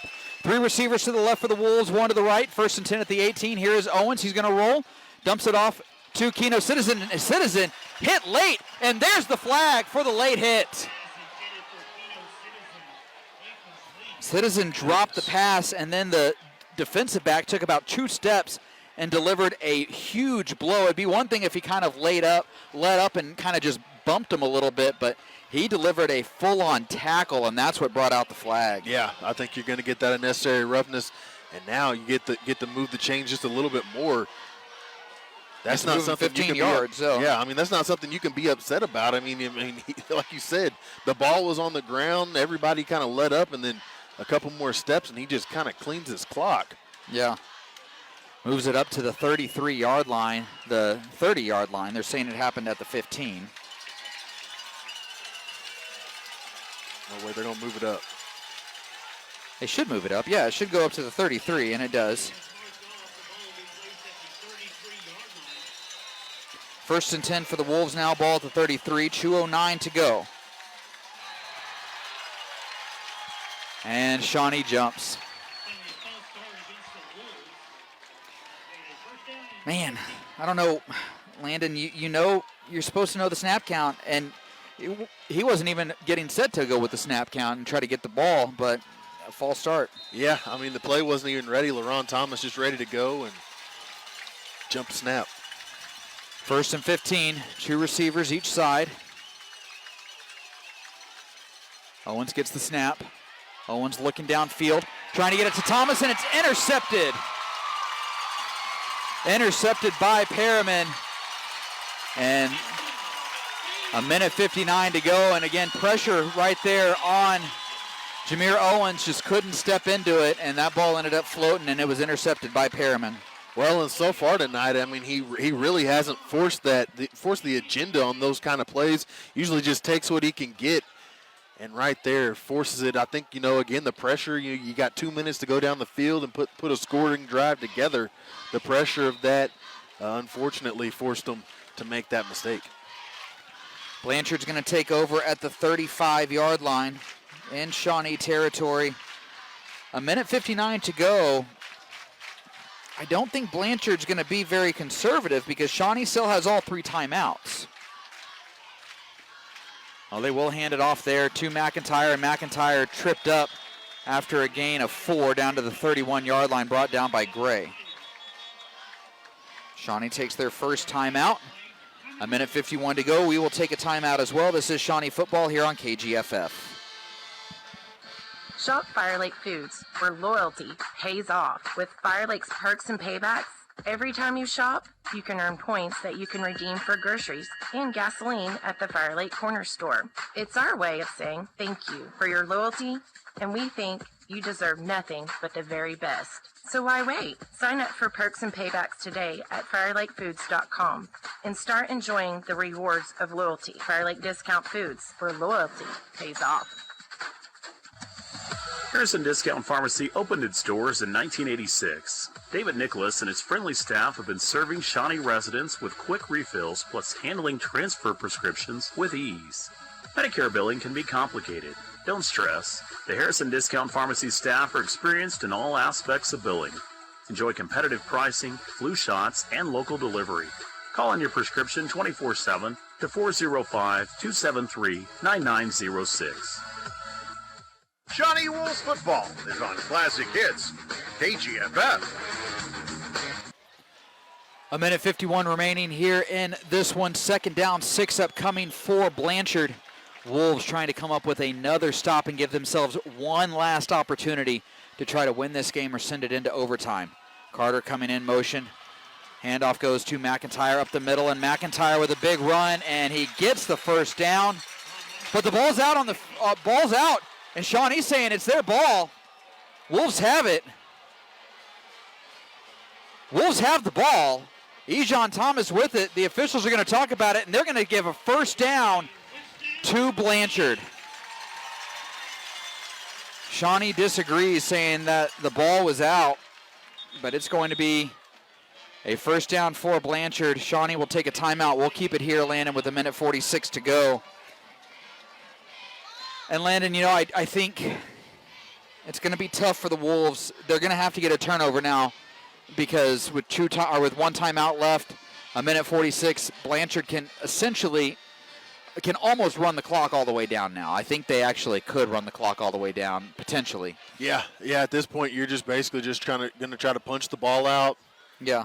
Best case scenario, maybe one of them makes a mistake and actually runs out of bounds. But, you're going to have to get your hands in there and see if you can do something and just try to knock that ball away. Tough break there for the Wolves, though, as the ball carrier is going down. A great job getting his hands in there and late on the whistle. Yeah. And the referees, neither the back judge nor the head referee wanted to make the call. They went all the way out to the line judge. He's way far away from the play, but, hey, that's how it goes, and sometimes the breaks don't go your way. It's been a good showing by the Wolves, Landon, and we'll talk, obviously, in our post-game wrap-up of everything about how they played. But, the Wolves definitely will have a lot to build on this week going into district play beginning next week at Bishop McGinnis. But right now, Wolves hoping to try to get something here. McIntyre bringing Carter in motion. Carter gets it, and Carter is wrapped up, and now he's not brought down, but he goes down now as Ryan High finally brings him down. at the 26-yard line, and Shawnee takes their final timeout of the game. That was an interesting call right there. I mean, if I'm Blanchard, Landon, which I think they only ran 2 seconds off the clock, but if I'm Blanchard, Landon, I'm just running up the middle right now. I'm not even giving guys an opportunity to potentially run outside. Now, Shawnee did a good job stuffing that, and it's going to bring up 2nd down and 11, so Wolves will have an opportunity to potentially get the ball back, but they're not going to have a whole lot of time left. Yeah, it's one of those things. You're just going to have to go out there and like say, you're just hoping that you can come away with the turnover. But like you said, surprising to see Blanchard, send their guys out to the edge, and a chance to almost lose the ball there. A great play in the backfield, but yeah. Probably see them run up the middle here on these next couple of plays. 2nd down, 11, ball at the 25-yard line.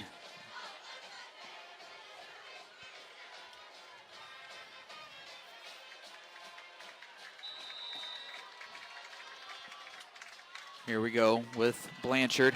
2 receivers to the left, 1 receiver to the right. McIntyre in the backfield. And Shawnee jumped.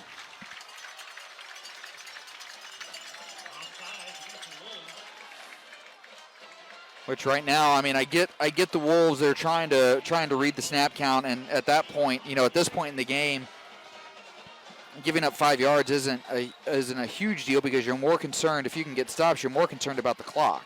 Yeah. Like I say, you're just trying to get back there, but you give Blanchard a short field to work with. And if they do get a 1st down, for sure, then Blanchard can run the clock out. Handoff goes to McIntyre. McIntyre going up the middle, and McIntyre brought down by Ryan High after a gain of about 1. And right here, I mean, here's the Blanchard's just game. going to run the clock, yeah. So 3rd and 5. And they'll run it here under a minute. Yep. Blanchard will be able to run it all the way down to, I don't know, my math isn't any good. It looks like, 50 seconds they'll be able to run it down to before they snap the ball or maybe even take a timeout. Blanchard's not even lining up like they're going to run a play. I think the coaches, and head coach for Blanchard, Jeff Craig, right over by the official and calls a timeout with 50 seconds remaining. We'll keep it here, though, Landon. And again, no moral victories. You want to always get the win on the field, but the Wolves have a lot of good things that they did tonight that they can build on, especially on offense.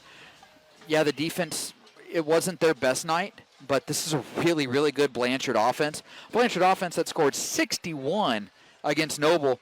Shawnee's holding them to 34 points. There's going to be a lot of really good teams that struggle to keep Blanchard to 34 points. So defense has a couple things they can clean up. A couple times receivers got behind them, but the offense did a lot of good things tonight, Landon, and it's got to give them a lot of confidence going into district play. Now, district starts off with 2 very difficult opponents in McGinnis and Carl Albert, but still, it's got to give them hope that they can do some things in district this year. Yeah, I mean, truly, I think the difference between them being ahead in this game right now and being behind in this game right now is just the energy they brought coming out of the locker room. I mean, I think that's a difference. That's something that you're going to have to work on. I'm not sure exactly how you work on that in practice. Maybe you go out there and practice, for a little while, and then, hey, go sit in the locker room for 30 minutes and then come out and let's run 2-minute drill. I mean, and you obviously you don't want to do anything to get anybody hurt. But, I mean, it's just one of those things where you got to work on those things coming back from no movement. 3rd and 5, handoff goes straight up the middle, and that will be a 1st down for number 8, Tyler Hughes. And that'll be a 1st down, and now Blanchard, all they got to do is run 6 seconds off the clock and take a knee, and this game will be over. Yeah. Well, hey, a hard-fought game by both teams. I think the Wolves came out, like you said, I think they probably learned a lot from this game, learned exactly what they can and can't do. But, they went out there and did their best. So did Blanchard. There's the snap. There's the knee by Cooksey. And that will do it for this one as the Wolves fall to Blanchard, 34-31. Wolves will fall and close out the non-district portion of their schedule at 1-2. And Landon, it was a hard-fought game by the Wolves. They did a lot of really good things, and it was just unfortunate that they were unable to come out on top in this one. Yeah.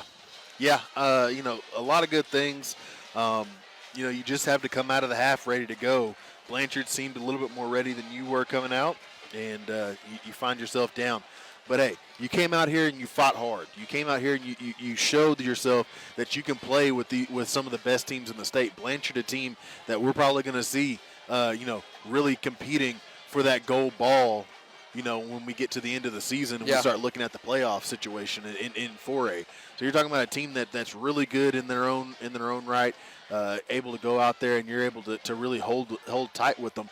I think, from this game, you can gain confidence that you can hang in a game with just about anybody in the district. It's going to be tough against a team like Carl Albert, but you're talking about a wide-open district. If you just can about everybody but Bixby would have a hard time with Carl Albert. Exactly. So, you're talking about you can hang with Blanchard. Hey, you know that you can hang with Bishop McGinnis. Yeah. You know that you can hang with Guthrie. You know that you can hang with Piedmont. And if you can go out there and put a game like this together, who knows, you might find yourself on top. 31 points is a lot of points. If your defense can go out there and make the stops that they need to, if you can come out and maybe, keep Blanchard from scoring, 2 scores to open up the second half, you probably find yourself in a position where it's like, okay, hey, we're going home feeling a little bit better about ourselves from a loss. But this is something, like you said, losses are losses. There are moral wins, but you'd rather have a real win than a moral win, and it's tough. But I think this is a game, like I say, you're going to go on film. You're going to see the mistakes you make. If you can stop those mistakes from happening in real time, you're talking about going home with a win rather than a 3-point loss. Yeah, and like you said, it should give them confidence going into next week against a really good Bishop McGinnis team. Regardless of the result here, that game against Bishop McGinnis was always going to be tough. But I think with what they did tonight, it does give them a lot of good things that they can look at and say, okay, we did this well, we did that well, we can do this and take this against Bishop McGinnis. And then you look and you know Carl Albert's going to be Carl Albert. But you think, okay, if we can beat the teams in our district we're supposed to beat, and then maybe surprise somebody and quote unquote steal a game against a Piedmont, a Guthrie, or a McGinnis next week, then Shawnee could find themselves in a good position to claim one of those 4 playoff spots coming out of the district. This is a 7-team district, so only 3 teams won't get in. 4 teams go in every district. So Shawnee, if they can keep building on what they've done, they improved from Seminole to Ardmore. I think they improved even though they lost this game, I think they improved from last week. I think they played a better game. Still some things to clean up, more defensive things that they need to clean up this week, but the offense looked a lot better. Next week you go into Bishop McGinnis. If you continue to improve, you might be able to surprise McGinnis, and if you do that, then you find yourself in a great spot in district play. Yeah, like I say, this is one of those districts where you could very well find yourself on the positive side of the win column, and you could very well find yourself, in a dogfight with anybody. Everybody from top to bottom is good in this district. There's no games where you can just kind of go to sleep and Right. sleepwalk through it with any of the teams. Outside of Carl Albert, Bishop McGinnis can't sleepwalk through this district. Guthrie can't sleepwalk through this district. Piedmont can't sleepwalk through this district because, hey, Lott and Ike sitting down there, they look pretty good this year. Yeah, they do. Southeast, it's Southeast, but, hey, they lost a couple of guys, but they're still athletic as heck. And this Shawnee team, they've been showing since week 1 that this is not the same team that they brought out last year. They're here to play ball, and again, this Blanchard team, you look down at them, and there's some big dudes out there. There's some guys out there that, we talked about the quarterback having some D2 offers and maybe in the future having some smaller D1. You're talking about offensive linemen, defensive linemen down there that are probably going to be doing that too. They're probably going to be switching through some of their offer letters as well. So, they played a great game tonight.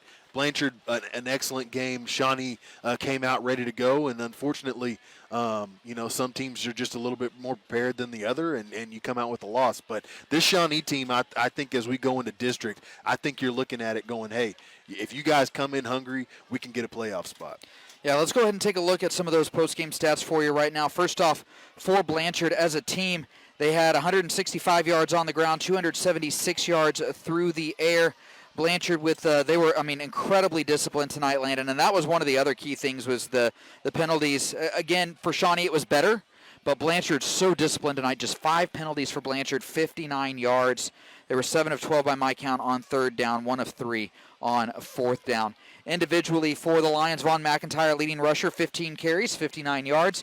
Braden Carter, 10 carries, 44. Carson Cooksey had 9 carries for 27 yards, also had a touchdown and that fumble that he lost. In the passing game, Cooksey, 20 of 29, 276 yards, 4 touchdowns tonight. Corridge Pierce was the leading receiver, 6 catches, 123 yards, 1 touchdown. Tyler Hughes, 5 for 58. Braden Carter, 2 for 52 and a score. And then Hudson Perriman, 5 catches, 26 yards, 2 touchdowns.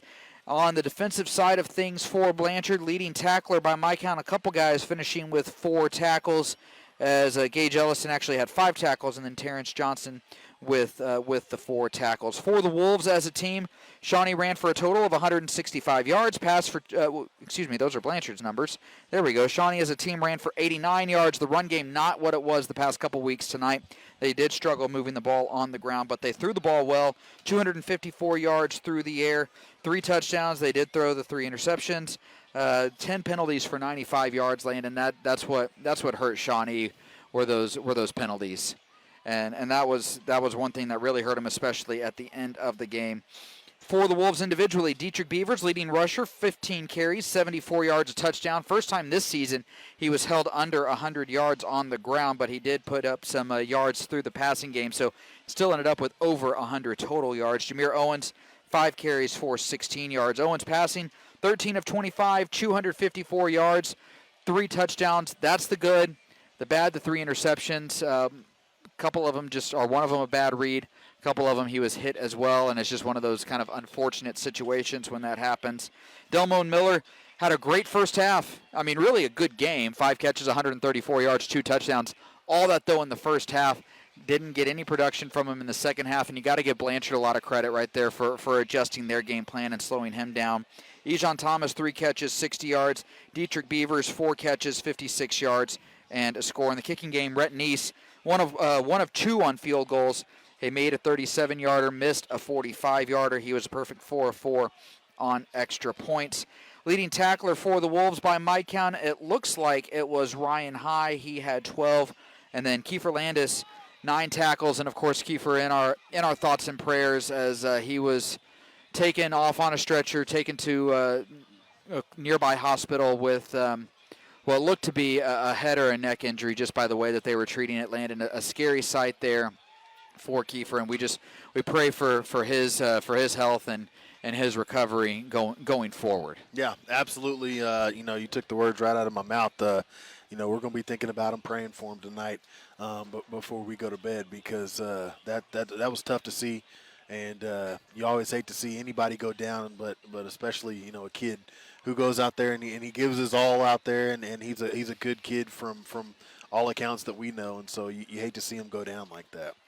Yeah, you absolutely do, and so we hope and pray for the best for Kiefer, and yeah. The Wolves fall, though, tonight, Landon, 1-2 now on the year. They fall 34-31, another really close competitive game for Shawnee, just unable to pull it out in the end.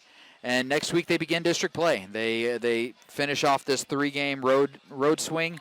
They go to Oklahoma City, take on the Bishop McGuinness Irish, always a very good, a very tough team.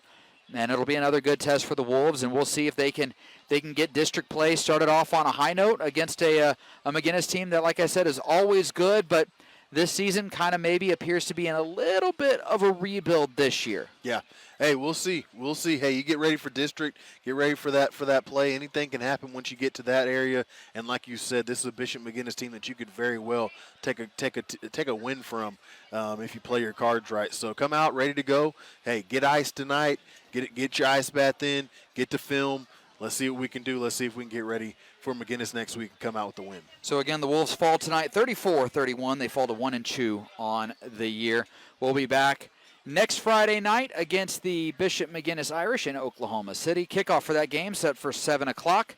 And our coverage here on KGFF will begin with Coach's Corner at 6:05. That's going to do it for us here inside in Blanchard. For our camera guy, Gage, Lord, everybody back in the KGFF studios, thanks again for listening. By the way, I think I said next Friday night for the Bishop McGinnis game. That's wrong. Next Thursday night for the Bishop McGinnis game. I saw the look you gave me, Landon. I was about to say, is that a Thursday night kickoff? It is a Thursday game, so I was wrong. Next week against McGinnis, and the week after, actually, against Carl Albert. Both games on Thursday, and so we'll keep you up to date here on KGFF, of course, reminding you all week long and reminding myself all week long that it's a Thursday game. But that will do it for us tonight. For our camera guy, Gage Lord, everybody back in the KGFF studios, and my broadcast partner, Landon Green, I'm Chris Cox. Thanks for listening, and good night.